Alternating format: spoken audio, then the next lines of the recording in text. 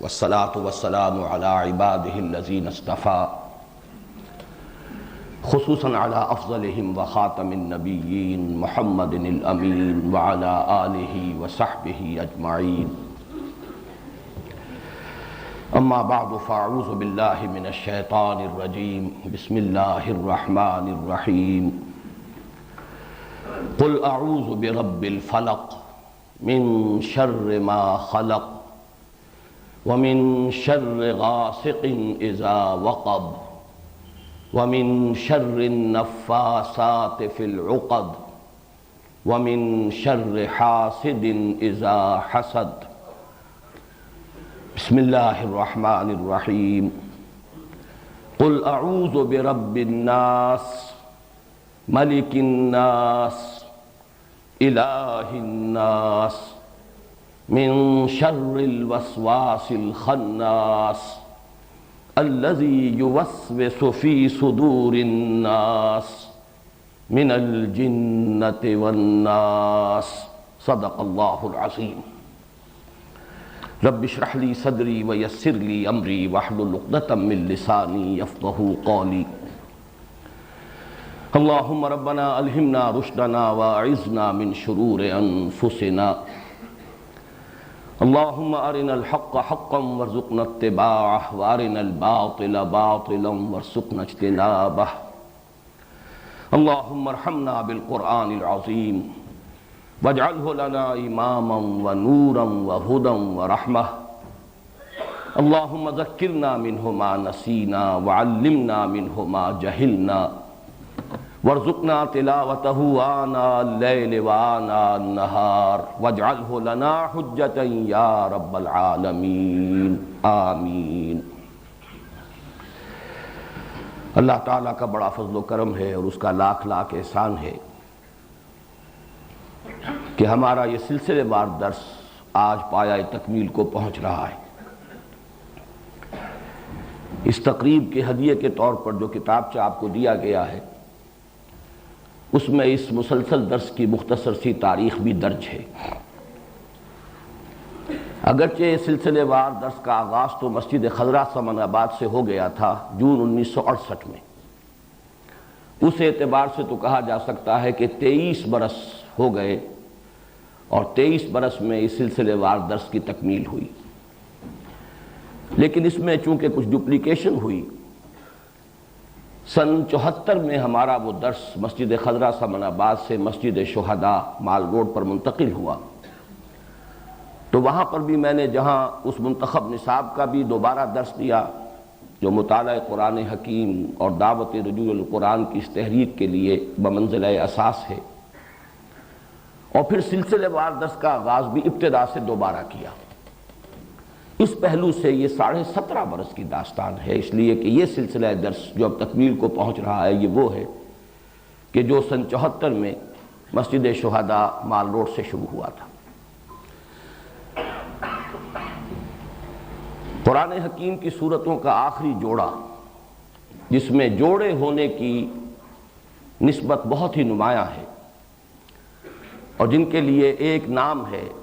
المعوذتان، ان میں سے ایک صورت کا ہم مطالعہ پچھلے ہفتے کر چکے ہیں. لیکن میں نے اس وقت تلاوت ان دونوں صورتوں کی ہے اس لیے کہ جو حضرات گزشتہ ہفتے درس میں موجود نہیں تھے، ایک تو یہ کہ ان کے سامنے ان معوذتان کی جو دونوں کی مشترک خصوصیات ہیں جو میں بیان کر چکا ہوں، اور کچھ تمہیدی باتیں کہ جو میں عرض کر چکا ہوں گزشتہ درس کے ضمن میں، ان کا بھی اجمالی اعادہ کر دیا جائے تاکہ وہ حضرات جو گزشتہ درس میں شریک نہیں تھے ان کے علم میں بھی وہ چند بنیادی اور تمہیدی باتیں آ جائیں. سب سے پہلے لغوی بحث ہے عاذ یعوذ، کسی کی پناہ میں آنا، کسی کی حفاظت میں آنا، کسی سے پناہ طلب کرنا. یہ مادہ جو ہے مختلف ابواب سے قرآن حکیم میں بھی آیا ہے اور ویسے بھی عام استعمال میں بھی اس کے مصدر مختلف ابواب سے آتے ہیں. عاذ یعوذ ثلاثی مجرد سے اس کے معنی ہے خود پناہ طلب کرنا، خود حفاظت چاہنا، خود کسی کی پناہ میں آنا. یہی مفہوم ہوگا باب تفاعل سے، تعوذ یا تعوذ، اسی سے ہمارے ہاں مستعمل ہے لفظ تعوذ کے بعد انہوں نے یہ فرمایا، تعوذ کے بعد تلاوت کی۔ یہی مفہوم ہے باب استفعال سے، استعاذہ، جیسے کہ قرآن حکیم میں آیا ہے فَإِذَا قَرَأْتَ الْقُرْآنَ فَاسْتَعِذْ بِاللَّهِ، استعاذہ، اس کا مفہوم بھی ہوگا کسی کی پناہ میں آنا، کسی کی پناہ طلب کرنا خود اپنے لیے۔ لیکن باب افعال سے اور باب تفعیل سے اس کا متعدی مفہوم بنتا ہے۔ اعاذ یعیذ، کسی اور کے لیے پناہ طلب کرنا یا کسی کو کسی کی پناہ میں دینا، جیسے کہ حضرت مریم کی والدہ سلام علیہما، ان دونوں کا ان کا قول نقل ہوا ہے قرآن حکیم میں سورہ آل عمران میں، وَإِنِّي أُعِيذُهَا بِكَ وَذُرِّيَّتَهَا مِنَ الشَّيْطَانِ الرَّجِيمِ، کسی کو پناہ میں دینا۔ اسی سے باب تفعیل میں تعویذ کا لفظ بنا ہے، جو ہمارے ہاں عام بول چال میں مستعمل ہے، تعویذ۔ تعویذ کے معنی بھی ہوں گے کسی کی پناہ میں دینا یا کسی اور کے لیے پناہ طلب کرنا۔ اسی سے یہ اس میں فاعل ہے المعوذتان، دو پناہ طلب کرنے والی صورتیں یا دو وہ صورتیں جو کسی کو کسی کی پناہ میں دیتی ہیں، انسانوں کو اللہ کی پناہ میں دینے والی ہیں۔ جیسے کہ میں نے عرض کیا، یہ قرآن حکیم میں جو صورتوں کے مابین نسبت زوجیت ہے، جوڑے جوڑوں کی شکل میں ہیں، اکثر و بیشتر صورتیں قرآن حکیم کی، اس کی نمایاں ترین مثال یہی ہے۔ بلکہ یہ کہ سورہ فاتحہ جو پورے قرآن حکیم کے لیے ایک دیباچے کے طور پر ہے، مقدمے کے طور پر ہے، خود اپنی جگہ اتنی عظیم صورت ہے کہ اسے خود کہا گیا ہے والقرآن العظیم وَلَقَدْ آتَيْنَاكَ سَبْعًا مِنَ الْمَثَانِي وَالقرآن العظیم، اور حضور نے فرمایا کہ سبع مثانی بھی یہ سورہ فاتحہ کی 7 آیات ہیں، اور قرآن عظیم ہے اپنی جگہ، مکمل قرآن۔ اس کے بعد جو 2 صورتیں آتی ہیں، سورہ بقرہ، سورہ آل عمران، ان کو بھی حضور نے ایک نام دیا ہے، لیکن وہ زیادہ مشہور و معروف نہیں ہے۔ الزہراوان، الزہراوین، 2 نہایت تابناک اور نہایت روشن صورتیں، سورہ بقرہ، سورہ آل عمران۔ بلکہ ان کے لیے یہ آتا ہے کہ یہ میدان حشر میں غیایتان یا غمامتان کی شکل میں ظاہر ہوں گی، 2 ایسی بدلیوں کی شکل میں، یا 2 جیسے پرندوں کے جھنڈ جیسے ہوتے ہیں جن سے سایہ ہو جاتا ہے، تو حشر میں ان کا ظہور ہوگا اس صورت میں۔ اور جن لوگوں کو ان صورتوں سے محبت تھی اور جو تعلق خاطر رکھتے تھے ان کے ساتھ، ان پر وہ سایہ کریں گی میدان حشر۔ تو ابتداء میں بھی الزہراوین اور اختتام پر المعوذتین۔ باقی یہ کہ جوڑے ہونے کی نسبت قرآن حکیم میں بعض مقامات پر بہت نمایاں ہے، بعض مقامات پر قدر خفی ہے، یہاں پر وہ نسبت بہت نمایاں ہے۔ ایک تو یہ کہ ایک ہی مضمون ہے، صاف نظر آ رہا ہے، تعوذ، تعویذ۔ پھر یہ کہ اس کو جو تقسیم کیا گیا ہے، اس کے اعتبار سے ہمیں یہ نظر آتا ہے کہ یہ کوئی الٹپ تقسیم نہیں ہے، بلکہ بڑی حکیمانہ تقسیم ہے۔ یہ ایک مضمون کو مکمل کرنا ہے 2 حصوں میں، اور صحیح تر تمثیل ہوگی کہ یہ ایک تصویر کے 2 رخ ہیں۔ انسان پر کچھ آفات وہ ہیں جو خارج سے اس پر وارد ہوتی ہیں، اثر انداز ہوتی ہیں، ان سے پناہ طلب کرنے کی تلقین ہے سورۃ الفلق میں۔ قل اعوذ برب الفلق من شر ما خلق ومن شر غاسق اذا وقب ومن شر النفاثات في العقد ومن شر حاسد اذا حسد۔ اور ایک مصیبت وہ ہے جو خود انسان کے اپنے اندر سے ہو کر اس پر اثر انداز ہوتی ہے، وہ وسوسہ۔ ظاہر بات ہے کہ وسوسہ جو ہے وہ چاہے شیاطین انس کی طرف سے ہو یا شیاطین جن کی طرف سے ہو، وہ خود انسان کے باطن پر اثر انداز ہوتا ہے۔ نفس کے اندر جو داعیات موجود ہیں، اس کا اپنے نفس امارہ، اس کی اپنی حیوانی جبلتیں، اس کے اپنے اینیمل انسٹنکٹس، وہ ہیں کہ جو بھڑکتے ہیں، مشتعل ہوتے ہیں، اور اس سے پھر انسان کے دین اور ایمان کو، اس کی سلامتی کو خطرہ لاحق ہوتا ہے۔ تو بہترین حکیمانہ تقسیم کر دی گئی۔ خارج سے اثر انداز ہونے والے خطرات اور مضرات وہ سورۃ الفلق میں، اور انسان کے اپنے باطن میں سے ہو کر اس کے دین و ایمان پر ڈاکہ ڈالنے والی مصیبت، اس سے تعوذ سورۃ الناس میں۔ پھر ایک اس میں عکسی ترتیب بھی ہے۔ سورۃ الفلق میں آپ دیکھیں گے کہ مستعاذ بہی جس کی پناہ طلب کی جا رہی ہے وہ صرف ایک آیت میں آیا قل اعوذ برب الفلق، جبکہ مستعاذ من ہو اس کے لیے 4 آیتیں ہیں، اور شر کے لفظ کی گردان اب شروع ہوئی ہے من شر ما خلق ومن شر غاسق اذا وقب ومن شر النفاثات فی العقد ومن شر حاسد اذا حسد۔ اس کے برعکس ریسیپروکل نسبت ہے، یہ عکسی ترتیب ہے۔ سورۃ الناس میں 3 آیتیں ہیں کہ جن میں مستعاذ بہی قل اعوذ برب الناس ملک الناس الہ الناس، اور مستعاذ منہ صرف ایک ہے، اگرچہ آیات 3 ہے لیکن شر کا لفظ ایک ہی مرتبہ آیا ہے، من شر الوسواس الخناس الذی یوسوس فی صدور الناس من الجنۃ والناس۔ آخری 2 آیتیں اسی کی تشریح پر مشتمل ہیں،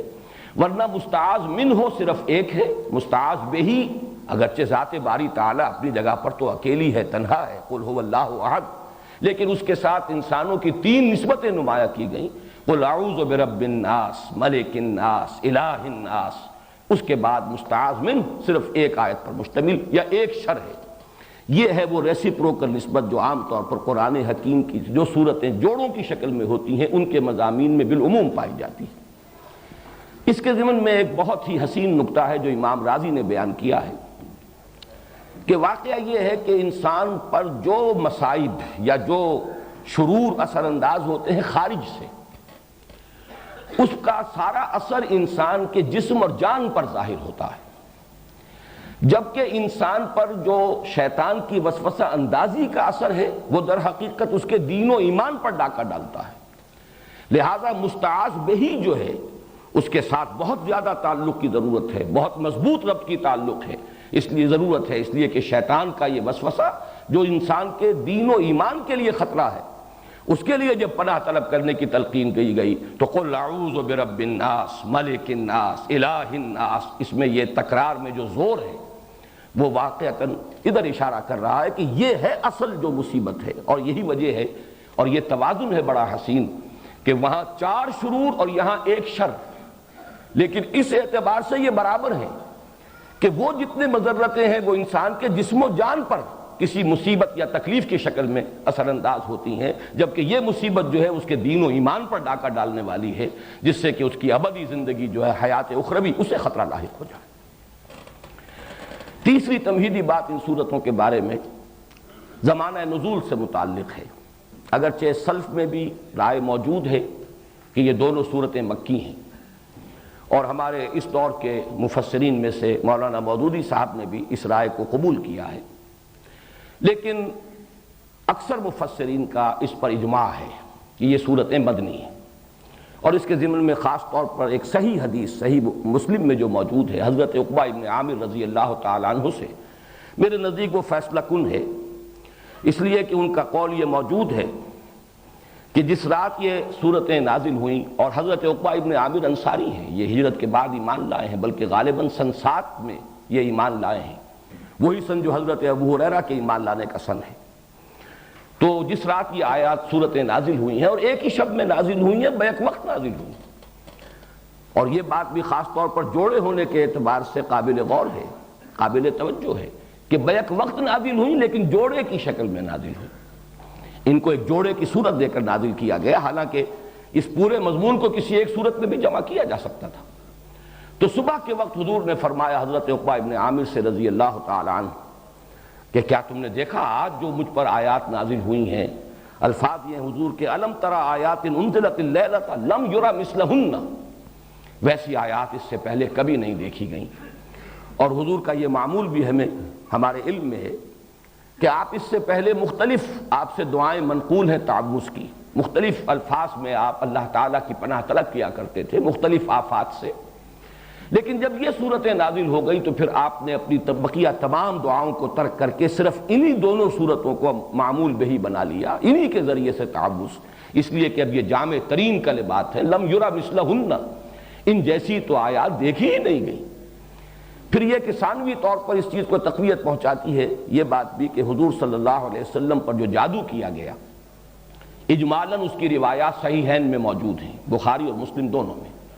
اگرچہ تفصیلات اس کی ان روایات میں ہیں کہ جو دوسری کتابوں میں ہیں، جو درجہ دوم کی کتابیں ہیں شاہ ولی اللہ دہلوی رحمۃ اللہ علیہ کی تقسیم کے مطابق، لیکن اصولاً یہ بات طے ہے کہ حضور پر لبید ابن عاصم نے جادو کیا، اور اس جادو کے کچھ اثرات بھی عارضی طور پر آپ پر ظاہر ہوئے، اور ان صورتوں کی نزول کا یہ بھی ذکر آتا ہے کہ در حقیقت اسی جادو کے اثرات کو زائل کرنے کے لیے اللہ تعالیٰ کی طرف سے یہ دو صورتیں ہیں جو حضور کو تلقین فرمائی گئی۔ اس سے بھی اس چیز کو تقویت حاصل ہوتی ہے کہ یہ صورتیں مدنی ہیں۔ اب آئیے ہم سورۃ الناس کا مطالعہ شروع کرتے ہیں۔ معوذتین کے بارے میں ایک بات اور نوٹ کر لیجئے، اور یہ میں نے سورہ اخلاص کے درس کے ضمن میں عرض کی تھی کہ ان دونوں کا تعلق ایک جوڑے کی شکل میں، یہ دونوں صورتیں ہیں قل اعوذ برب الفلق قل اعوذ برب الناس، اور دونوں کا ایک بڑا معنوی اور گہرا ربط ہے سورہ اخلاص کے ساتھ، اور سورہ اخلاص کے ساتھ یہ جڑی ہوئی ہیں لفظ الصمد کے حوالے سے۔ قل هو اللہ احد اللہ الصمد، اور صمد کے لفظ کے اگرچہ بہت سے معنی بیان ہوئے ہیں، مختلف تعبیرات کی گئی ہیں، لیکن جس چیز پر کہ تقریباً اجماع ہے، صمد وہ ہستی ہے جس کی طرف رجوع کیا جائے پناہ کے لیے، مدد کے لیے، جس کی پناہ حاصل کی جائے، جس کی پشت پناہی چاہی جائے۔ جیسے کہ وہ چٹان کہ اگر جنگ ہو رہی ہو، کہیں مقابلہ ہو، تو جس لشکر کے پیچھے چٹان ہے وہ گویا کہ محفوظ ہے، اس کا عقب جو ہے، اور اس اعتبار سے ہمیشہ وہ چٹان کو اپنے پیچھے رکھ کر یا کوئی پہاڑ کے دامن میں آ کر، تاکہ ایک طرف سے خطرہ ہو صرف سامنے سے، پیچھے سے کوئی خطرہ لاحق نہ ہو، تو اس چٹان کو بھی صمد کہا جاتا ہے۔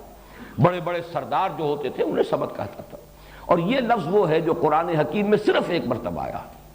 قل هو اللہ احد اللہ الصمد۔ تو یہ جو اللہ تعالیٰ کی ذات کی شان ہے کہ اسی کی پناہ طلب کی جا سکتی ہے، تمام آفات سماویہ ہوں، ارضیہ ہوں، خارجی ہوں، باطنی ہوں، نفسانی ہوں، یا یہ کہ مادی ہوں، ان سب سے جس ہستی کی پناہ طلب کی جانی چاہیے یا کی جا سکتی ہے، یا جو ہستی کے پناہ دے سکتی ہے، وہ صرف ایک ہے، اور وہ اللہ ہے۔ قل هو اللہ احد اللہ الصمد۔ اس حوالے سے یہ پناہ طلب کرنے کی تلقین اس ذات سے جو صمد ہے اپنی شان میں، اس سے پناہ طلب کرو کن کلمات سے؟ قل اعوذ برب الفلق الی آخر السورہ، قل اعوذ برب الناس الی آخر السورہ۔ تو گویا کہ یہ دونوں صورتیں آپس میں جوڑے ہونے کی حیثیت رکھتی ہیں، اور پھر دونوں کی دونوں منسلک ہیں سورہ اخلاص سے، اور اس کے خاص طور پر لفظ الصمد سے۔ یہی وجہ ہے کہ حضور صلی اللہ علیہ وسلم کا جو معمول ہمیں معلوم ہوتا ہے مختلف روایات سے، اور یہ بھی صحیحین کی روایات بھی ہیں،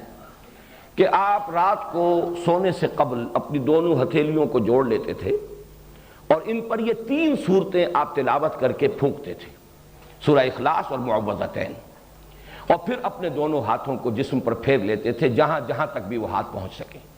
اور یہ آپ کا ایسا مستقل معمول تھا کہ نبی اکرم صلی اللہ علیہ وسلم جب بیمار ہوئے مرض وفات میں، اور جب آپ کی نقاہت بہت بڑھ گئی، پھر یہی عمل حضرت عائشہ کرتی رہیں رضی اللہ تعالیٰ عنہ، حضور کے ہاتھ اپنے ہاتھ میں لے کر، اور اس پر وہ پڑھ کر پھونکا، اور پھر حضور کے ہاتھوں کو اپنے ہاتھوں کے ذریعے سے ہاتھ پکڑ کر حضور کا، اور وہ آپ کے پورے جسم پر جیسے آپ کا معمول تھا آپ پھیرتی تھی۔ اس میں یہ تینوں صورتیں حضور نے جمع کی، اور بعض روایات میں لفظ بھی آتا ہے معوذات۔ یہ تینوں مل کر بھی در حقیقت ایک مضمون کی چونکہ تکمیل کر رہی ہیں۔ تو میں نے ایک لفظ جو ہے، جو حضرات مستقلاً میرے اس درس میں شریک رہے انہیں معلوم ہے کہ 6 سوروں کی میں نے ایک اصطلاح ہے وہ اس کو عام کیا ہے، کہ قرآن حکیم میں بعض جگہوں پر ایسا ہے کہ 2 صورتیں جوڑوں کی شکل میں ہیں، اور پھر ایک صورت ان کے ساتھ منسلک ہے، وہ ایک ضمیمے کے طور پر ہے، یا یہ کہ اس سے پہلے وہ آئی ہے اور وہ پریزائڈنگ پوزیشن میں ہے، اور جوڑا اس کے ساتھ منسلک ہے۔ اور اس طریقے سے متعدد مقامات پر قرآن حکیم میں یہ 6 سورے یعنی 3 صورتوں کے سب گروپس وجود میں آئے ہیں۔ یہی معاملہ اس سے پہلے 6 سورے کا ہے، قل یا ایھا الکافرون منفرد مزاج کی صورت ہے، اور اس کے ساتھ منسلک ہے سورۃ النصر اور سورۃ اللہب۔ یہ دونوں در حقیقت اس پیشن گوئی پر مشتمل ہیں کہ فتح آ کر رہے گی، محمد کا مشن کامل ہو کر رہے گا صلی اللہ علیہ وسلم، کفر کی قوت ٹوٹ کر رہے گی، اور اس کا سب سے بڑا نمایاں چونکہ وہاں فرد ابو لہب تھا، اس کے ہاتھ ٹوٹ کر رہیں گے، وہ تباہ و برباد ہو کر رہے گا۔ یہ دونوں صورتیں در حقیقت ایک ہی مضمون کے 2 پہلوؤں کو بیان کر رہی ہیں۔ مدد آئے گی اور مشن کی تکمیل ہوگی، اور وہ وقت آئے گا کہ لوگ جوق در جوق اور فوج در فوج اللہ کے دین میں داخل ہوں گے۔ اسی مضمون کا گویا کہ عکس ہے، کفر کی طاقت ٹوٹ کر رہے گی، ابو لہب کے ہاتھ جو ہیں برباد ہو کر رہیں گے۔ یہ دونوں صورتیں جڑی ہوئی ہیں کس سے؟ جس میں اعلان برات کیا گیا، قل یا ایھا الکافرون لا اعبد ما تعبدون ولا انتم عابدون ما اعبد ولا انا عابد ما عبدتم ولا انتم عابدون ما اعبد لکم دینکم ولی دین۔ تو اس طرح پر قرآن حکیم کی یہ آخری 6 صورتیں 2 سہ سوروں کی شکل میں ہیں، سورہ کافرون اور ان کے ساتھ جوڑا سورۃ النصر، سورۃ اللہب، سورہ اخلاص اور اس کے ساتھ جوڑا معوذتین۔ اور اسی سے بات سمجھ میں آئے گی کہ ان دونوں سے سوروں کے جو ابتدائی صورتیں ہیں، جو پریزائڈنگ پوزیشن میں ہیں دونوں سہ سوروں میں، ان کے درمیان بڑا گہرا ربط ہے۔ میں نے مثال بھی دی تھی، آج بھی عرض کر رہا ہوں کہ اگر 2 ٹرائنگلز آپ بنائیں اپنے سامنے ہی کاغذ پر، جن میں سے ایک کے اوپر سورہ کافرون اور نیچے کے دونوں زاویے جہاں ہیں وہاں سورۃ النصر اور سورۃ اللہب، اور دوسری ٹرائنگل کے اوپر سورہ اخلاص اور نیچے سورہ فلق اور سورۃ الناس، اب آپ دیکھیں گے کہ یہ دونوں جو ٹاپ پر ہیں سورہ کافرون اور سورہ اخلاص، یہ ایک دوسرے کے قریب آ جائیں گی، ان کا براہ راست ایک ربط و تعلق ہوگا۔ اور یہی ربط و تعلق ہمارے سامنے آتا ہے حضور کے معمولات میں۔ فجر کی 2 سنتوں میں سورہ کافرون اور سورہ اخلاص، یہ آپ کا ایک مستقل معاملہ تھا۔ اسی طریقے سے طواف کی 2 رکعتیں، پہلی رکعت میں سورہ کافرون، دوسری میں سورۃ اخلاص، معلوم ہوا کہ ان دونوں میں بڑا گہرا ربط ہے۔ پھر یہ کہ سورہ اخلاص کو جہاں کہا گیا ثلث قرآن کہ یہ 1/3 قرآن کے مساوی ہے، وہاں سورہ کافرون کو فرمایا گیا ربع قرآن، یہ بھی 1/4 قرآن کے مساوی ہے۔ تو ان دونوں صورتوں کی عظمت اور ان کا جو باہمی قرب اور مناسبت ہے وہ ان 6 سوروں کی ترتیب کو اگر سامنے رکھا جائے تو بہت نمایاں ہو جاتی ہے۔ اب آئیے، قل اعوذ برب الناس ملک الناس الہ الناس، یہ ہے مستعاذ بہ، جس کے ذریعے سے استعاذہ کیا جا رہا ہے، جس کی پناہ طلب کی جا رہی ہے، یا جس کی پناہ طلب کرنے کی تلقین کی جا رہی ہے۔ قل کے لفظ کو شامل کیجئے، کہو میں پناہ میں آتا ہوں، میں پناہ طلب کرتا ہوں لوگوں کے رب کی، لوگوں کے بادشاہ کی، لوگوں کے الہ اور معبود کی۔ یہ جو 3 الفاظ آئے ہیں اور ہم ان تینوں آیات پر ایک ہی وحدت کی حیثیت سے غور کریں گے، اس لیے کہ یہ مستعاذ بہ ہے، جس کی پناہ طلب کی جا رہی ہے، جس کی حفاظت چاہی جا رہی ہے۔ ان میں سب سے پہلے، جیسا کہ میں نے اپنے آخری درس میں عرض بھی کیا تھا، سورہ اخلاص کا جب ہم مطالعہ کر رہے تھے کہ اگرچہ اس سے پہلے درس کے دوران لفظ اللہ جو ہے، اللہ کا یہ نام بے شمار مرتبہ آیا ہے، لیکن شروع میں اس کی وضاحت کی تھی، اللہ کی لغوی بحث، اس کا مادہ کیا ہے، اس کے مفاہیم کیا ہیں، یا پھر میں نے سورہ اخلاص میں آ کر ان باتوں کو دہرایا ہے۔ اور میں نے عرض کیا تھا کہ لفظ رب کا جہاں تک تعلق ہے اس پر انشاءاللہ گفتگو ہوگی سورۃ الناس میں،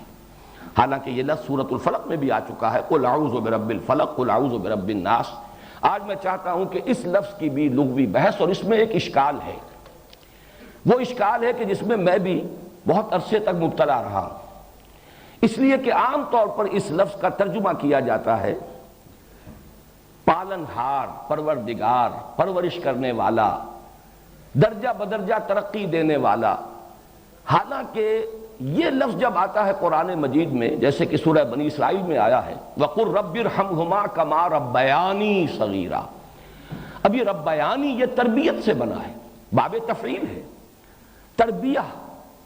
اب یہ کہ یہ مادہ را با با سے ہے یا را با وا سے ہے، اس میں بڑی بحث اور بڑا اشکال مجھے بھی رہا، اس لیے کہ در حقیقت را با با رب، اس کا اصل مفہوم جو سمجھ میں آتا ہے وہ ہے مالک ہونا، رب الدار، گھر کا مالک، رب المال، مال والا، جس کی انویسٹمنٹ ہے، مضاربت اگر ہے، ایک شخص جو ہے اس نے انویسٹ کیا ہے وہ رب المال ہے،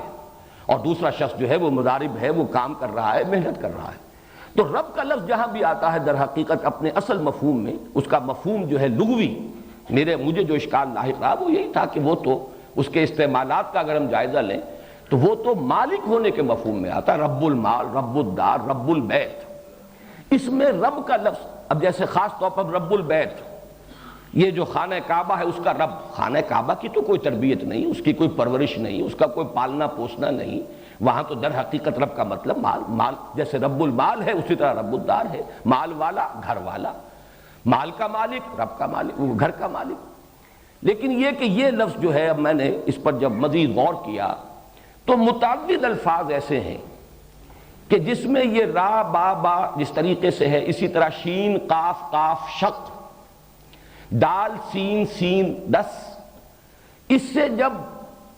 باب تفعیل میں مصدر بنتے ہیں، جیسے کہ وہاں پر شق سے جو شین قاف یا، یہ بھی مادہ ہے، شین قاف یا کا مادہ ہے جس کا مفہوم آتا ہے نامراد ہونا، شقاوت، شقی جو نامراد ہے، ناکام ہے۔ اب جب سورہ طٰہٰ میں لفظ آیا طٰہٰ ما انزلنا علیک القرآن لتشقی، طٰہٰ ہم نے یہ قرآن آپ پر اس لیے تو نازل نہیں کیا، وہاں ترجمہ میں دیکھتا ہوں کہ آپ مشقت میں پڑھیں، حالانکہ مشقت کے لفظ کے لیے مادہ آنا چاہیے شین قاف قاف، وہاں شین قاف یا ہے تشقا، تو یہ ایک اشکال رہا میرے ذہن میں۔ اسی طریقے سے دسا، دال سین سین، اور دسا یہ جو آیا ہے قد افلح من دساہا وقد خاب من، قد افلح من زکاہا وقد خاب من دساہا، یہاں پر بھی وہ اشکال ہے۔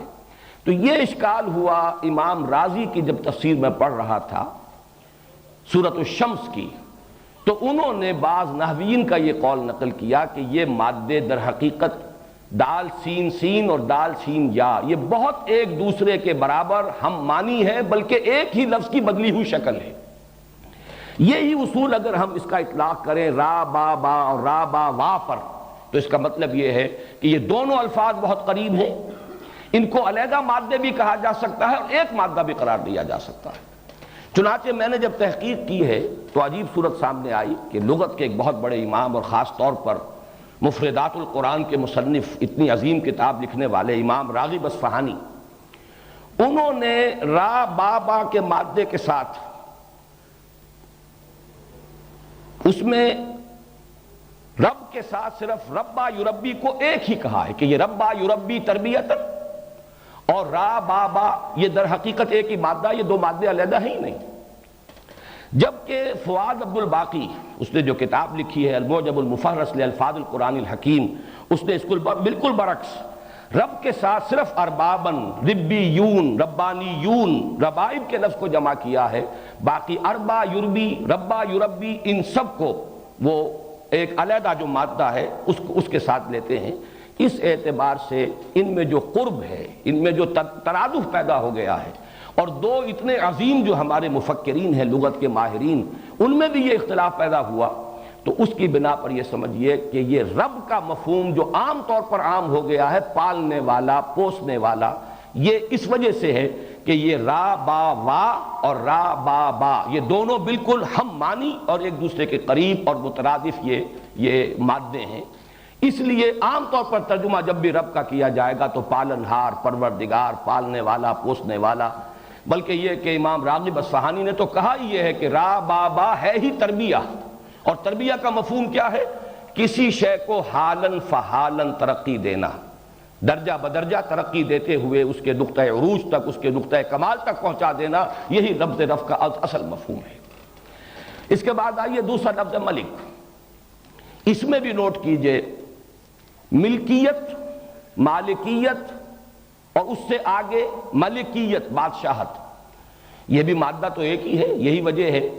کہ سورہ فاتحہ میں مالک یوم الدین بھی ہے اور ملک یوم الدین بھی اس کی قرأت موجود ہے۔ مالک اور ملک میں کوئی فرق نہیں، اس لیے کہ ملکیت ہی پہ سارا معاملہ ہے۔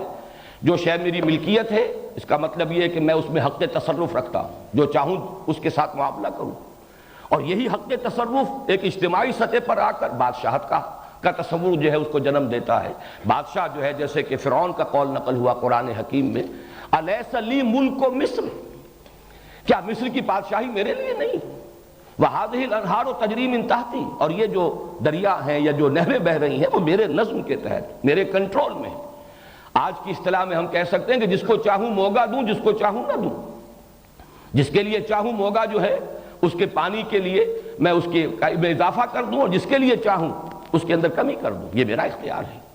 تو در حقیقت ملکیت، مالکیت اور ملکیت یہ ایک ہی مادے کی مختلف شکلیں ہیں، اس لیے کہ جو شخص کسی شے کا مالک ہو، جو ہستی، وہی در حقیقت اس کی بادشاہ ہے، اس کو اس کے اندر اختیار حاصل ہے تصرف کا کہ جس طرح چاہے تصرف کرے۔ کیا یہاں کچھ دریوں کا انتظام نہیں کیا تھا؟ کچھ لوگ کھڑے ہوئے ہیں، مجھے تو آپ حضرات آگے آ جائیے، چاہے یہاں بیٹھ جائیں جب تک دریا نہیں آ رہی، لیکن کھڑے رہنا تو درست نہیں ہے۔ تیسرا لفظ جو ہے الہ، اس پر جیسا کہ میں نے عرض کیا ہے، میں سورہ اخلاص کے درس کے ضمن میں تفصیلاً عرض کر چکا ہوں۔ اب میں چاہتا ہوں کہ ان تینوں الفاظ کے حوالے سے حکمت قرآنی کا جو ایک بہت بڑا خزانہ ہے اور قیمتی موتی ہے، اس کی طرف ہم توجہ کریں۔ ان تینوں الفاظ میں جو نسبت ہے، رب اور ربوبیت، ملک اور ملکیت، اور پھر اس کے ساتھ الہ، اگر اس کا آپ جائزہ لیں گے تو انسان کے ذہنی ارتقاء کے یہ تین منزلیں ہیں کہ جن کی نشاندہی ان تین الفاظ کے ذریعے سے ہوتی۔ بچپن میں جبکہ ابھی انسان کو، بچے کو کسی اور شے کا احساس نہیں سوائے اس کے کہ اس کی احتیاجات ہیں، بھوک لگتی ہے، اس کی کوئی اور ضرورت ہے جو پوری ہونی چاہیے، یا اس سے آگے بڑھ کر کچھ حفاظت ہے جو اسے درکار ہے، مطلوب ہے، اور اس کا یہ تصور اس سے آگے دنیا سے اسے کوئی سروکار نہیں ہے، اس کی ساری بحث اسی سے ہے۔ بھوک لگی ہے، دودھ ملنا چاہیے، اور جو بھی اس کا ساز و سامان فراہم کر دے وہی اس کا منعم ہے، وہی محسن ہے۔ لہذا یہ ربوبیت کا سارا تصور بچپن میں جو والدین کی ذات کے ساتھ منسلک ہے، والدین کے ساتھ ہی اس کا بچے کا ذہنی رشتہ ہوتا ہے، اس لیے کہ اسے اس سے زیادہ اس دنیا سے ابھی کوئی اور سروکار ہے ہی نہیں۔ اسے تو اپنی احتیاج، اپنی ضروریات، جو بھی زندگی کے بنیادی لوازمات ہیں، بس اس کے اپنے اندر سے ایک تقاضا ابھرتا ہے، اور جو بھی اس تقاضے کو پورا کر دے وہ اس کا منعم ہے، وہی اس کا محسن ہے، اور یوں کہا جا سکتا ہے لفظی اعتبار سے وہ اس کا رب ہے۔ اس سے ذرا آگے انسانی شعور ترقی کرتا ہے، آپ خود جائزہ لیں گے اور اپنے ماضی میں جھانکیں گے تو نظر آئے گا کہ پھر ایک ملکیت کا تصور پیدا ہوتا ہے۔ ذرا سا بچہ بڑا ہو جائے، یہ میرا کھلونا ہے، یا میرا کھلونا ہے، کسی اور کو ہاتھ لگانے کا حق حاصل نہیں ہے، میں دوں تو ٹھیک ہے، مجھے اختیار ہے کہ میں دوں، اس کھلونوں سے کسی اور کو کھیلنے کی اجازت دوں تو صحیح ہے، لیکن میری مرضی کے بغیر کوئی اس کھلونے کو ہاتھ نہیں لگا سکتا۔ یہاں سے اب وہ ملکیت اس سے آگے بڑھے گی تو وہ گھر کی ملکیت بھی ہے، اور بھی جو بھی انسان کے اندر، اور ملکیت کے ساتھ اس کے اندر تصرف کا اختیار مطلق، جو میں چاہوں میں اس کے ساتھ کر سکتا ہوں، جس کو چاہوں دوں اور جس کو چاہوں روک دوں کہ وہ اس سے نہ کھیلے۔ لیکن واقعہ یہ ہے کہ جب انسان کا شعور پختہ ہوتا ہے، نفسیاتی پختگی، میں اس کو وہ جسمانی پختگی اور جسمانی بلوغت سے علیحدہ کر کے کہہ رہا ہوں، جسمانی بلوغت تو ہو جاتی ہے انسان کی 14-15 سال پر، لیکن نفسیاتی بلوغت، اب اس کے اندر ایک اور تقاضا ابھرتا ہے، اور وہ تقاضا یہ ہے کوئی محبوب ہو، کوئی مطلوب ہو، کوئی مقصود ہو، کوئی نصب العین ہو، کوئی آدرش ہو، کسی شے کے لیے جیوں، کسی شے کے لیے مروں، زندگی محض زندہ رہنے کے لیے نہیں، زندگی برائے زندگی نہیں، بلکہ زندگی کسی نصب العین کے لیے ہو، زندگی کسی مقصود کے لیے ہو، مطلوب کے لیے ہو۔ یہ ہے در حقیقت انسان کی فطرت کی پیاس، جبکہ انسان کا شعور اور اس کی اپنے اندر کی نفسیاتی کیفیت جب بلوغ کو پہنچتی ہے تو ایک محبوب، یا اسی کے لیے ایک لفظ اور استعمال کیجئے، ایک زمانے میں ایک عربی نظم پڑھی تھی بڑی پیاری، اب تک اس کا نقش ہے، اور وہ یہ کہ فتش لقلبک عن رفیق، اپنے لیے کوئی ساتھی تلاش کرو۔ انسان کے اندر ایک جذبہ ابھرتا ہے، اگرچہ یہ کہ جیسے کہ حضور صلی اللہ علیہ وسلم کا بھی جو آخری الفاظ آپ کی زبان مبارک سے ادا ہوئے ہیں آپ کے انتقال سے کے عین وقت، ان میں بھی یہی لفظ آیا ہے، اللہم فی الرفیق الاعلی، رفیق اعلیٰ، بس اب اسی کی طرف مراجعت ہے، اب تو پروردگار تیرا ہی قرب درکار ہے، بس وہی، اب یعنی گویا کہ دنیا سے، جیسے کہ روایات میں آتا ہے کہ حضور نے فرمایا تھا کہ انبیاء کو ایک اختیار دیا جاتا ہے، جب موت کا وقت آتا ہے ان کا اس دنیا سے نقل مکانی کا، تو وہ انہیں ایک اختیار دیا جاتا ہے، چاہیں تو ابھی اور رہیں اور چاہیں تو آپ براجعت اختیار کر لیں، آپ کا مشن مکمل ہوا، آپ کی بات جس حد تک مطلوب تھی ہو چکی، اب آپ چاہیں تو رہیے مزید اور چاہیں تو واپس تشریف لے آئیے۔ اس وقت کی در حقیقت اسی کا جواب ہے اللہم فی الرفیق الاعلی۔ تو یہ رفیق جو ہے فتش لقلبک عن رفیق، وتجول وحدك في القفار كمسافر يبغي الديار لكنه فقد السبيل افما لقلبك من مسيرك من دلیل فتش لقلبك عن رفیق. کوئی دوست، کوئی محبوب، کوئی جسے وہ چاہے، جس سے محبت کرے، جس کے لیے ایثار کرے، جس کے لیے قربانی کرے، جس کے لیے جیے، جس کے لیے مرے، یہ کوئی ہستی، یہ در حقیقت فطرت انسانی کی پکار ہے. اسی کے لیے الفاظ استعمال ہوں گے. آدرش، نصب العین. جو انسان اللہ تک نہیں پہنچ پاتے وہ کوئی وطن کو اپنا آدرش بناتا ہے، نصب العین بناتا ہے، وطن کے لیے جیتا ہے، وطن کے لیے مرتا ہے. کوئی کسی نظریے کو، کسی تصور کو، ایک تصور کے حسن مبہم پر ساری ہستی لٹائی جاتی ہے. کوئی تصور ہے، کوئی عزم ہے. لوگوں نے اشتراکیت کے لیے جانیں دی ہیں، لوگوں نے اپنے وطن پر جانوں کو قربان کیا ہے، لوگوں نے کسی اور شے کی عظمت کے لیے سب کچھ تج دیا. یہ در حقیقت انسان کی فطرت کی وہ پکار ہے کہ کوئی محبوب، کوئی مطلوب، کوئی مقصود، کوئی نصب العین، کوئی آدرش. یہ تین اگر سٹیجز آپ کے ذہن میں رہیں انسان کے نفسیاتی، ذہنی، فکری ارتقاء کی، کہ سب سے پہلی منزل ہے میری ضروریات. مجھے کھانے کو چاہیے، مجھے پینے کو چاہیے، مجھے رہنے کو چاہیے، مجھے کسی کی حفاظت چاہیے، مجھے کسی کی مدد اور نصرت کی ضرورت ہے، کوئی روزی رساں، کوئی مشکل کشا، کوئی پشت پناہ، کوئی حمایتی. یہ ہے سب سے پہلا. اس کے بعد دوسری سٹیج ہے ملکیت، جسے قرآن مجید میں دوسرے مقام پر یوں تعبیر کیا گیا ہے: اعلموا انما الحیات الدنیا لعب ولہو وزینۃ وتفاخر بینکم. اب یہ جو فخر کا مرحلہ آتا ہے، میں، میری جائیداد، میرے اموال، میری اولاد، تکاثر فی الاموال والاولاد، یہ سارا معاملہ وہ ہے جس میں میری ملکیت، میرا ساز و سامان، میرا اختیار، یہ ملکیت، ملکیت، یہ دوسرا تصور ہے، ملکیت. اور تیسرا جو ہے کوئی آدرش، کوئی نصب العین، کوئی محبوب، کوئی مطلوب. بالکل اسی ترتیب سے یہ تین الفاظ آئے ہیں. اصل میں انسان کی عقل کی پختگی، یہ تو میں نے انسان کی نفسیاتی ارتقاء کے مراحل بیان کیے. عقل کی پختگی کیا ہے؟ انسان پہچان لے کہ اگرچہ میری ضروریات زندگی بے شمار سلسلوں سے ہو کر آ رہی ہیں، سورج کی تمازت بھی ہے جس سے فصلیں پکتی ہیں، یہ ہوائیں چلتی ہیں، بارشیں برستی ہیں، پانی ہے اس کے بغیر کوئی سوال ہی نہیں، بارش نہ برسے تو فصل نہیں ہوگی، فصل نہیں ہوگی تو کھانے کو کچھ نہیں ملے گا. یہ سارا سلسلہ اسباب اپنی جگہ پر ہے، لیکن عقل ایک ہی چھلانگ میں پھر پہنچتی ہے مسبب الاسباب پر، کہ یہ سارا سلسلہ اسباب کسی ایک ہستی کی گرفت میں ہے. رب وہی ہے. والدین کی ربوبیت کا تصور جو بالکل بچپن میں ہوتا ہے آغاز میں، اس سے ابھر کر پھر یہ تصور جب آتا ہے رب الناس، کل کائنات کا، بلکہ یہ کہ اب سورہ فاتحہ کی پہلی آیت سامنے لائیے،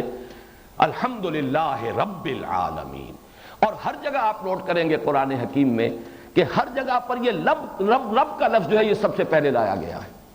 سورہ بقرہ کی جو تیسرے رکوع کی پہلی آیت ہے، یا ایھا الناس اعبدوا ربکم الذی خلقکم، اے لوگو بندگی کرو اپنے اس رب کی جس نے تمہیں پیدا کیا. بلکہ پہلی آیات جو نازل ہوئی، اقرا بسم ربک الذی خلق، پڑھو اپنے اس رب کے نام سے جس نے پیدا کیا. اس لیے کہ در حقیقت ربوبیت ہی کا تصور ذہن انسانی کے اندر سب سے پہلے آنے والا تصور ہے، بالکل عہد طفولیت میں اپنی احتیاج کا تصور، اپنی ضرورتوں کا تصور. لیکن یہ کہ عقل جو ہے اس تمام سلسلہ اسباب کو تو سائنس نے کھنگالا ہے. ہمیں معلوم ہے کہ کس طریقے سے سورج کی تمازت سے بخارات جاتے ہیں اور وہ بارش بنتے ہیں، پھر وہ زمین پر آتے ہیں، ہوائیں چلتی ہیں، کہاں سے کہاں بادلوں کو لے جاتی ہیں، پھر یہ کہ فصلیں جب ابھرتی ہیں تو پکتی ہیں سورج کی تمازت سے. یہ سب کچھ معلوم. لیکن جسے اس سے اگلی بات بھی معلوم ہو گئی کہ یہ پورا سلسلہ اسباب اللہ تعالیٰ کے قبضہ قدرت میں ہے، وہ گویا کہ اس نتیجے پر پہنچا کہ رب الناس اور رب العالمین وہی ہے اللہ. الحمدللہ رب العالمین.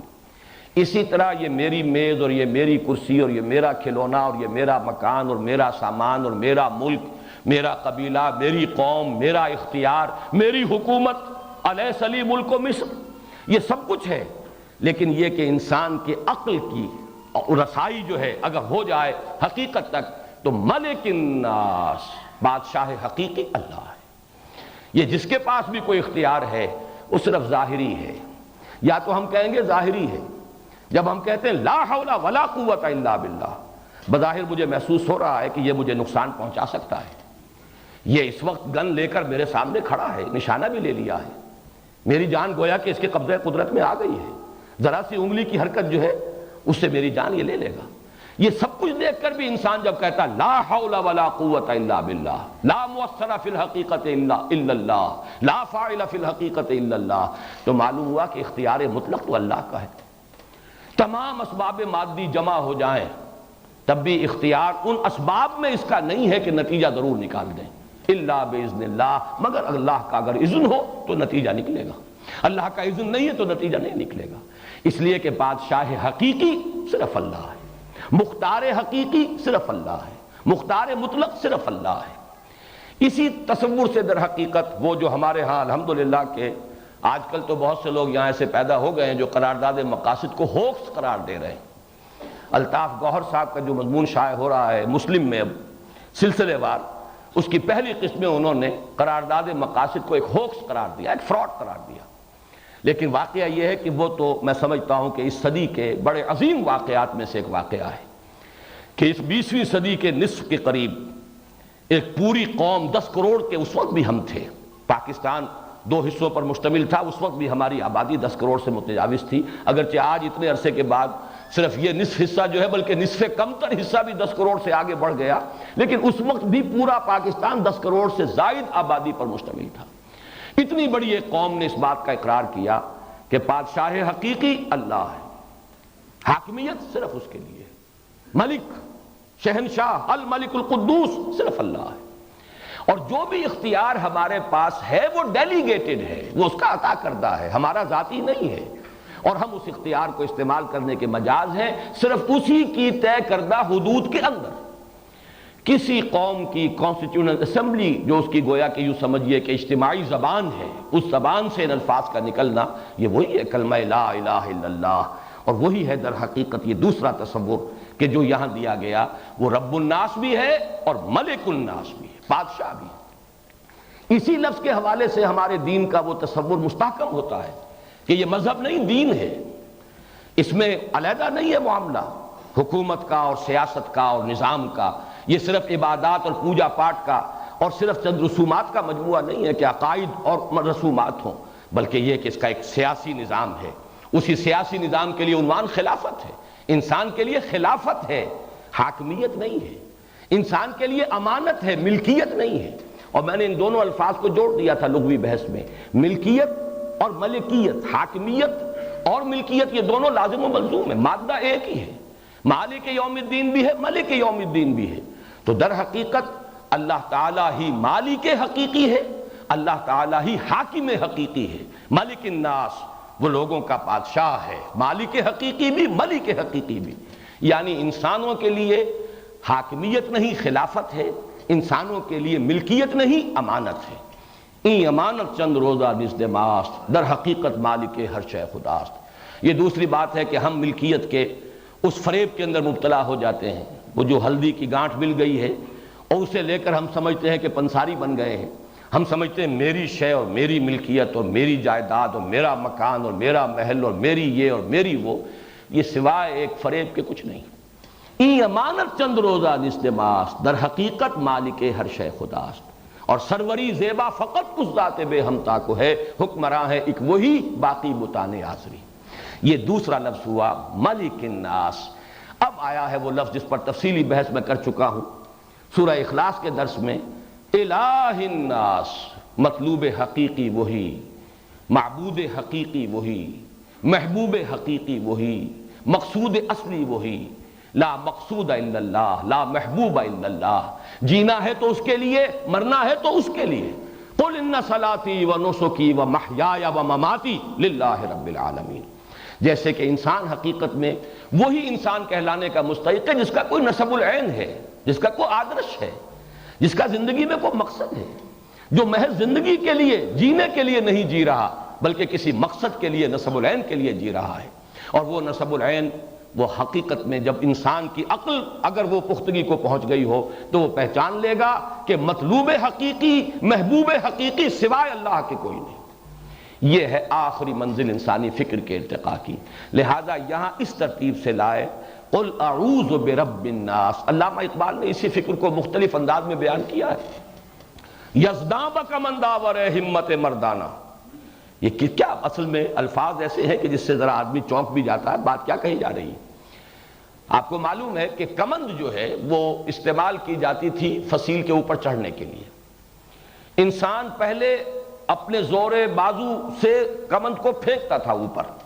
جتنی اونچائی پر جا کر وہ کمند اٹک جائے گی اتنا ہی انسان اب اس کے سہارے سے جا سکتا ہے. اگر وہ 20 فٹ تک گئی ہے تو آپ 20 فٹ تک ہی جا سکتے ہیں، آگے تو نہیں جا سکتے.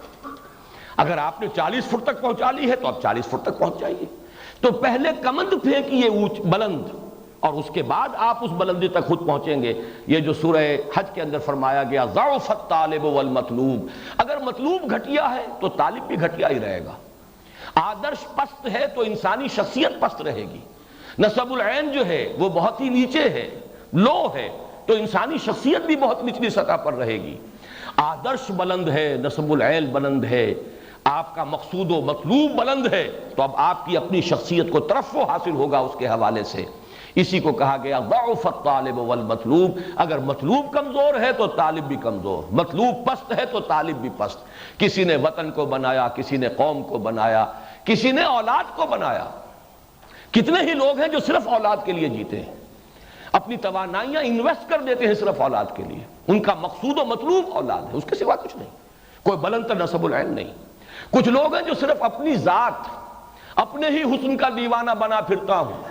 اپنی ہی حریم ذات کے گرد طواف کرتا رہتا ہے انسان، اپنی ہی خود غرضیاں اور اپنے ہی مفادات اور اپنے ہی لیے کوئی شہرت، اپنے ہی لیے کوئی وجاہت، یہی ان کا مطلوب و مقصود بن جاتا ہے. بہرحال پست نسب العین ہوگا آپ کی اپنی شخصیت بھی پست رہے گی، اعلیٰ اور بلند نسب العین ہوگا آپ کی اپنی شخصیت کو ترفع حاصل ہوگا. تو در حقیقت عقل کی پختگی کیا ہے؟ پھر میں دوبارہ دہرا رہا ہوں اپنی بات کو. ایک ہے انسان کا ذہنی اور نفسیاتی ارتقاء. ابتدائی تصور احتیاجات اور ضرورتیں، اس کے بعد تصور ملکیت، اختیار، اور اس سے اوپر مقصود، مطلوب، محبوب. اور انسان کے فکر کی پختگی، انسان کی عقل کی جو رسائی ہونی چاہیے حقیقت کبریٰ تک، اس کا مظہر کیا ہے؟ وہی ایک ذات، وہی ذات واحد عبادت کے لائق، زبان اور دل کی شہادت کے لائق. وہی ہے رب، وہی ہے ملک، اور وہی ہے الہ. قل اعوذ برب الناس ملک الناس الہ الناس. یہ تو ہوا مستعاذ بہی. اب آئیے مستعاذ من. ایک بات اور میں نوٹ کرا دوں، یہ جو 6 سورہ ہے، سورہ اخلاص، سورہ فلق، سورۃ الناس، ان میں آپ نے یہ بات دیکھی ہوگی کہ سورہ اخلاص کی بھی اس کی عظمت کا اصل راز پہلی 2 آیات میں ہے. بقیہ 2 آیات میں جو مضامین آئے ہیں وہ آپ کو قرآن مجید میں تکرار کے ساتھ ملیں گے. لم یلد ولم یولد، لم یتخذ ولدا، یہ آپ کو سورہ بنی اسرائیل میں مل جائے گا. اس کی کوئی اولاد نہیں، نہ وہ جنا گیا نہ اس نے جنا. یہ مضمون قرآن مجید میں بتکرار و یاد آیا ہے. لم یکن لہ کفوا احد لیس کمثلہ شیء، اس کی سی مثال کسی کوئی اور شے ہے ہی نہیں، وہی بات ہے. باقی یہ کہ بار بار جو آتا ہے قرآن مجید میں جہاں سے کہ ہم توحید فی صفات کو اخذ کرتے ہیں وہ وہی مضمون ہے، لم یکن لہ کفوا احد. البتہ ابتدائی 2 آیات جو ہیں قل هو اللہ احد، اس لیے کہ یہ لفظ ایک صفت کے طور پر قرآن مجید میں ویسے بھی عربی زبان میں اس کا استعمال ہے ہی نہیں. عام طور پر اس کا استعمال ہوتا ہے نفی میں، کوئی نہیں، گھر میں کوئی نہیں ہے، کوئی بھی نہیں ہے. لا یشرک فی حکمہ احد، اللہ اپنے حکم میں، اپنے اختیار میں کسی کو شریک نہیں کرتا، صرف نفی کے لیے. مثبت طور پر ایک صفت کے طور پر یہ عربی زبان میں مستعمل نہیں ہے سوائے اللہ کی ذات کے. خود قرآن حکیم میں بھی صرف اسی مقام پر آیا ہے قل هو اللہ احد. اور اللہ الصمد، یہ تو میں پہلے عرض کر چکا ہوں کہ یہ الصمد کا لفظ تو قرآن مجید میں آیا ہی صرف ایک بار. ان دونوں میں اصل عظمت کا راز پنہا ہے سورہ اخلاص کا، اور وہ میں تفصیل سے سورہ اخلاص کے ضمن میں عرض کر چکا ہوں. اس طرح سورہ فلق میں پہلی 2 آیتیں ہی ہیں اصل میں اس کی عظمت والی.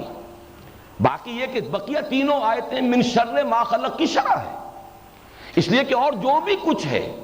کوئی حسد کرنے والا ہے، کوئی رات کی تاریکی کے اندر نقصان پہنچانے والا ہے، کوئی کسی اور اعتبار سے نقصان پہنچانے والا ہے۔ من شر ما خلق، پوری ہو چکی ہے، بقیہ تینوں آیات کے اندر اس کی شرح ہے۔ من شر النفاثات و من شر غاسق و من شر حاسد، اصل میں تو قل اعوذ برب الفلق، اور اس لفظ فلق کے حوالے سے پچھلی مرتبہ میں عرض کر چکا ہوں کہ آج تک سائنس جہاں پہنچی ہے، دی بگ بینگ، یہ فلق کے لفظ کے اندر وہ پورا تصور موجود ہے، پھٹنا، ایک دھماکہ ہوا ہے۔ اب تک تو یہ تصور رہا ہے، نیوٹونین جو فزکس تھی اس کا تو تصور یہ تھا کہ یہ کائنات شاید ہمیشہ سے چلی آ رہی ہے اور ہمیشہ چلتی جائے گی، لیکن یہ کہ آج تقریباً اجماع ہے، موسٹ ریسنٹ جو اس وقت موقف ہے وہ تو یہ ہے کہ نہیں، ایک وقت میں شروع ہوئی ہے، یہ ایک دھماکے کی صورت میں شروع ہوئی ہے۔ وہ دھماکہ کا جو لفظ ہے، دی بگ بینگ، واقعہ یہ ہے کہ فلق کا مطلب یہ پھٹنا، کسی شے کا پھٹنا، ایکسپلوژن۔ اس ایکسپلوژن کے نتیجے میں وہ شے وجود میں آئی جس کا ماس زیرو تھا، لیکن جس میں انرجی انفائنائٹ تھی، بے پناہ انرجی کا پیک، کہیے انرجی پیک، لیکن ماس زیرو۔ پھر اسی کی ایکسپینشن شروع ہوئی ہے، کول ڈاؤن کرنا شروع کیا ہے، اور وہ سارے نظریات ہیں آج کے، جو اگرچہ کہا تو جائے گا کہ ابھی یہ نظریہ ہے، بگ بینگ تھیوری، لیکن اس وقت تک دنیا طبیعیات کے اندر اسے تقریباً ایک ایکسیپٹڈ فیکٹ کی حیثیت حاصل ہو چکی ہے، اس لیے کہ اس کے جو تقاضے تھے ان کو مختلف طریقوں سے ویریفائی کیا جا چکا ہے۔ اس حوالے سے قل اعوذ برب الفلق من شر ما خلق،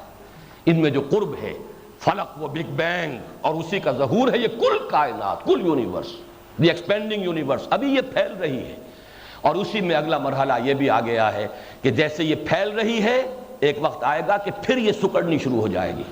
اور بلیک ہولز کا جو کانسیپٹ ہے، نہ معلوم کتنی گیلیکسیز اس طریقے سے ختم ہو چکی ہیں کہ وہ پہلے پھیلتی رہیں، پھر سکڑنا شروع کیا، اور پھر ایک زیرو ہو کر بلیک ہول کی شکل اختیار کر دیں۔ بڑے بڑے سٹارز جو ہمارے اس سورج سے لاکھوں گنا بڑے حجم میں، اور وہ زیرو ہو کر پھر وہ بلیک ہول کی شکل اختیار کر چکے ہیں۔ اسی طریقے سے یہ بات آج سمجھ میں آ رہی ہے کہ جیسے بگ بینگ سے یہ شروع ہوئی تھی، زیرو ماس لیکن انرجی بے پناہ، اسی طریقے سے یہ بساط لپیٹی بھی جا سکتی ہے۔ اور قرآن مجید کے الفاظ اس قدر خوبصورت ہیں، یوم نطوی السماء کطی السجل للکتب، جس دن کہ ہم اس آسمانوں کو اس طریقے سے لپیٹ لیں گے جیسے کہ تم کتابوں کے وہ جو سکرولز ہوتے تھے کسی زمانے میں تومار، انہیں لپیٹ لیا جاتا تھا۔ چنانچہ یہی تصور ہے کہ یہ جو ایکسپینشن ہو رہی ہے ایک سپائرل کی فارم میں ہے، جیسے کہ بڑھتا جا رہا ہے دائرہ، پھر جب واپسی ہوگی یہی سپائرل جو ہے موومنٹ ریورس ڈائریکشن میں ہوگی، اور جہاں ایک زیرو سے شروع ہوئی تھی بات اسی زیرو تک یہ پہنچ سکتی ہے۔ یوم نطوی السماء کطی السجل للکتب۔ بہرحال سورہ فلق کی بھی ابتدائی 2 آیات اہم ترین ہیں۔ پھر ما خلق کی شرح ہے، من شر غاسق اذا وقب ومن شر النفاثات فی العقد ومن شر حاسد اذا حسد۔ اسی طرح نوٹ کر لیجئے سورۃ الناس کے اندر بھی جو اصل حکمت پنہا ہے وہ انہی 3 آیات میں ہے۔ قل اعوذ برب الناس ملک الناس الہ الناس۔ خوبصورتی دیکھیے، ان دونوں صورتوں میں لفظ اللہ نہیں آیا۔ لفظ اللہ سورہ اخلاص میں آ چکا، قل هو اللہ احد، اور سورہ اخلاص کے ساتھ یہ دونوں صورتیں معوذتین جو ہیں یہ جڑی ہوئی۔ یہاں لفظ اللہ نہیں ہے، یہاں اللہ تعالیٰ کی 3 نسبتیں، اور اس میں انسان کا ذہنی اور فکری ارتقاء، اس کی نفسیاتی پختگی، اور پھر عقل کی ایک ہی چھلانگ، ایک ہی زقن میں یہ مرحلہ طے ہو جائے، سلسلہ اسباب مسبب کے ہاتھ میں ہے تو رب صرف اللہ ہے۔ یہ ملکیت، یہ مالکیت، یہ بادشاہت سب سراب ہے، دھوکہ ہے، ملک حقیقی صرف اللہ ہے۔ اور سارے آدرش، سارے نسب العین، سارے مطلوب، سارے مقصود، سارے محبوب فانی ہیں، پست ہیں، ان میں سے کسی میں نگاہ الجھ گئی تو پھر ضعف الطالب والمطلوب کی شکل بن جائے گی۔ ایک زقن لگاؤ، یزداں بکمن داور، اپنی کمند فکر کو پھینکو کہ وہ اللہ تعالیٰ کی ذات کے ساتھ جا کر وہ منسلک ہو جائے۔ اب وہ اس اپنی کمند کے ذریعے سے پہنچو، ذرا اللہ تعالیٰ کی ذات تک پہنچو۔ منزل ماں کبریاست، کوئی درمیانی شے نہیں۔ یہ تمام حقیر مقاصد، دولت، شہرت، وجاہت، دنیاوی اختیار، بادشاہت، جیسے کہ کوئی ڈرامہ ہو رہا ہو، جیسے کوئی کھیل ہو، چند دن ایک مداری کھیل دکھاتا ہے اور اس کے بعد چلتا بنتا ہے، پھر کوئی اور مداری آ جاتا ہے، سراب ہیں، دھوکے ہیں۔ یہ سب کے سب یہ ایک ٹرانزٹری چیزیں ہیں، یہ سب فنا کے گھاٹ اتر جانے والی ہیں۔ ایک ہستی ہے جس کو فرمایا گیا الحی القیوم، وہی ہے معبود برحق، وہی ہے محبوب اصلی، وہی ہے مطلوب حقیقی، وہی ہے مقصود، جیو اس کے لیے، مرو اس کے لیے۔ قل ان صلاتی ونسکی ومحیایا ومماتی للہ رب العالمین۔ اب آئیے مستعاذ منہ ہو، جیسا کہ میں عرض کر چکا ہوں سورۃ الفلق کے مقابلے میں یہاں یہ کنٹراسٹ ہے، وہاں مستعاذ بہ صرف ایک آیت قل اعوذ برب الفلق، مستعاذ منہ ہو 4 شر، شر کا لفظ تکرار کے ساتھ آیا، من شر ما خلق ومن شر غاسق اذا وقب ومن شر النفاثات فی العقد ومن شر حاسد اذا حسد۔ یہاں پر اب شر کا لفظ صرف ایک مرتبہ آ رہا ہے، قل اعوذ برب الناس ملک الناس الہ الناس، 3 آیات مستعاذ بہ پر مشتمل،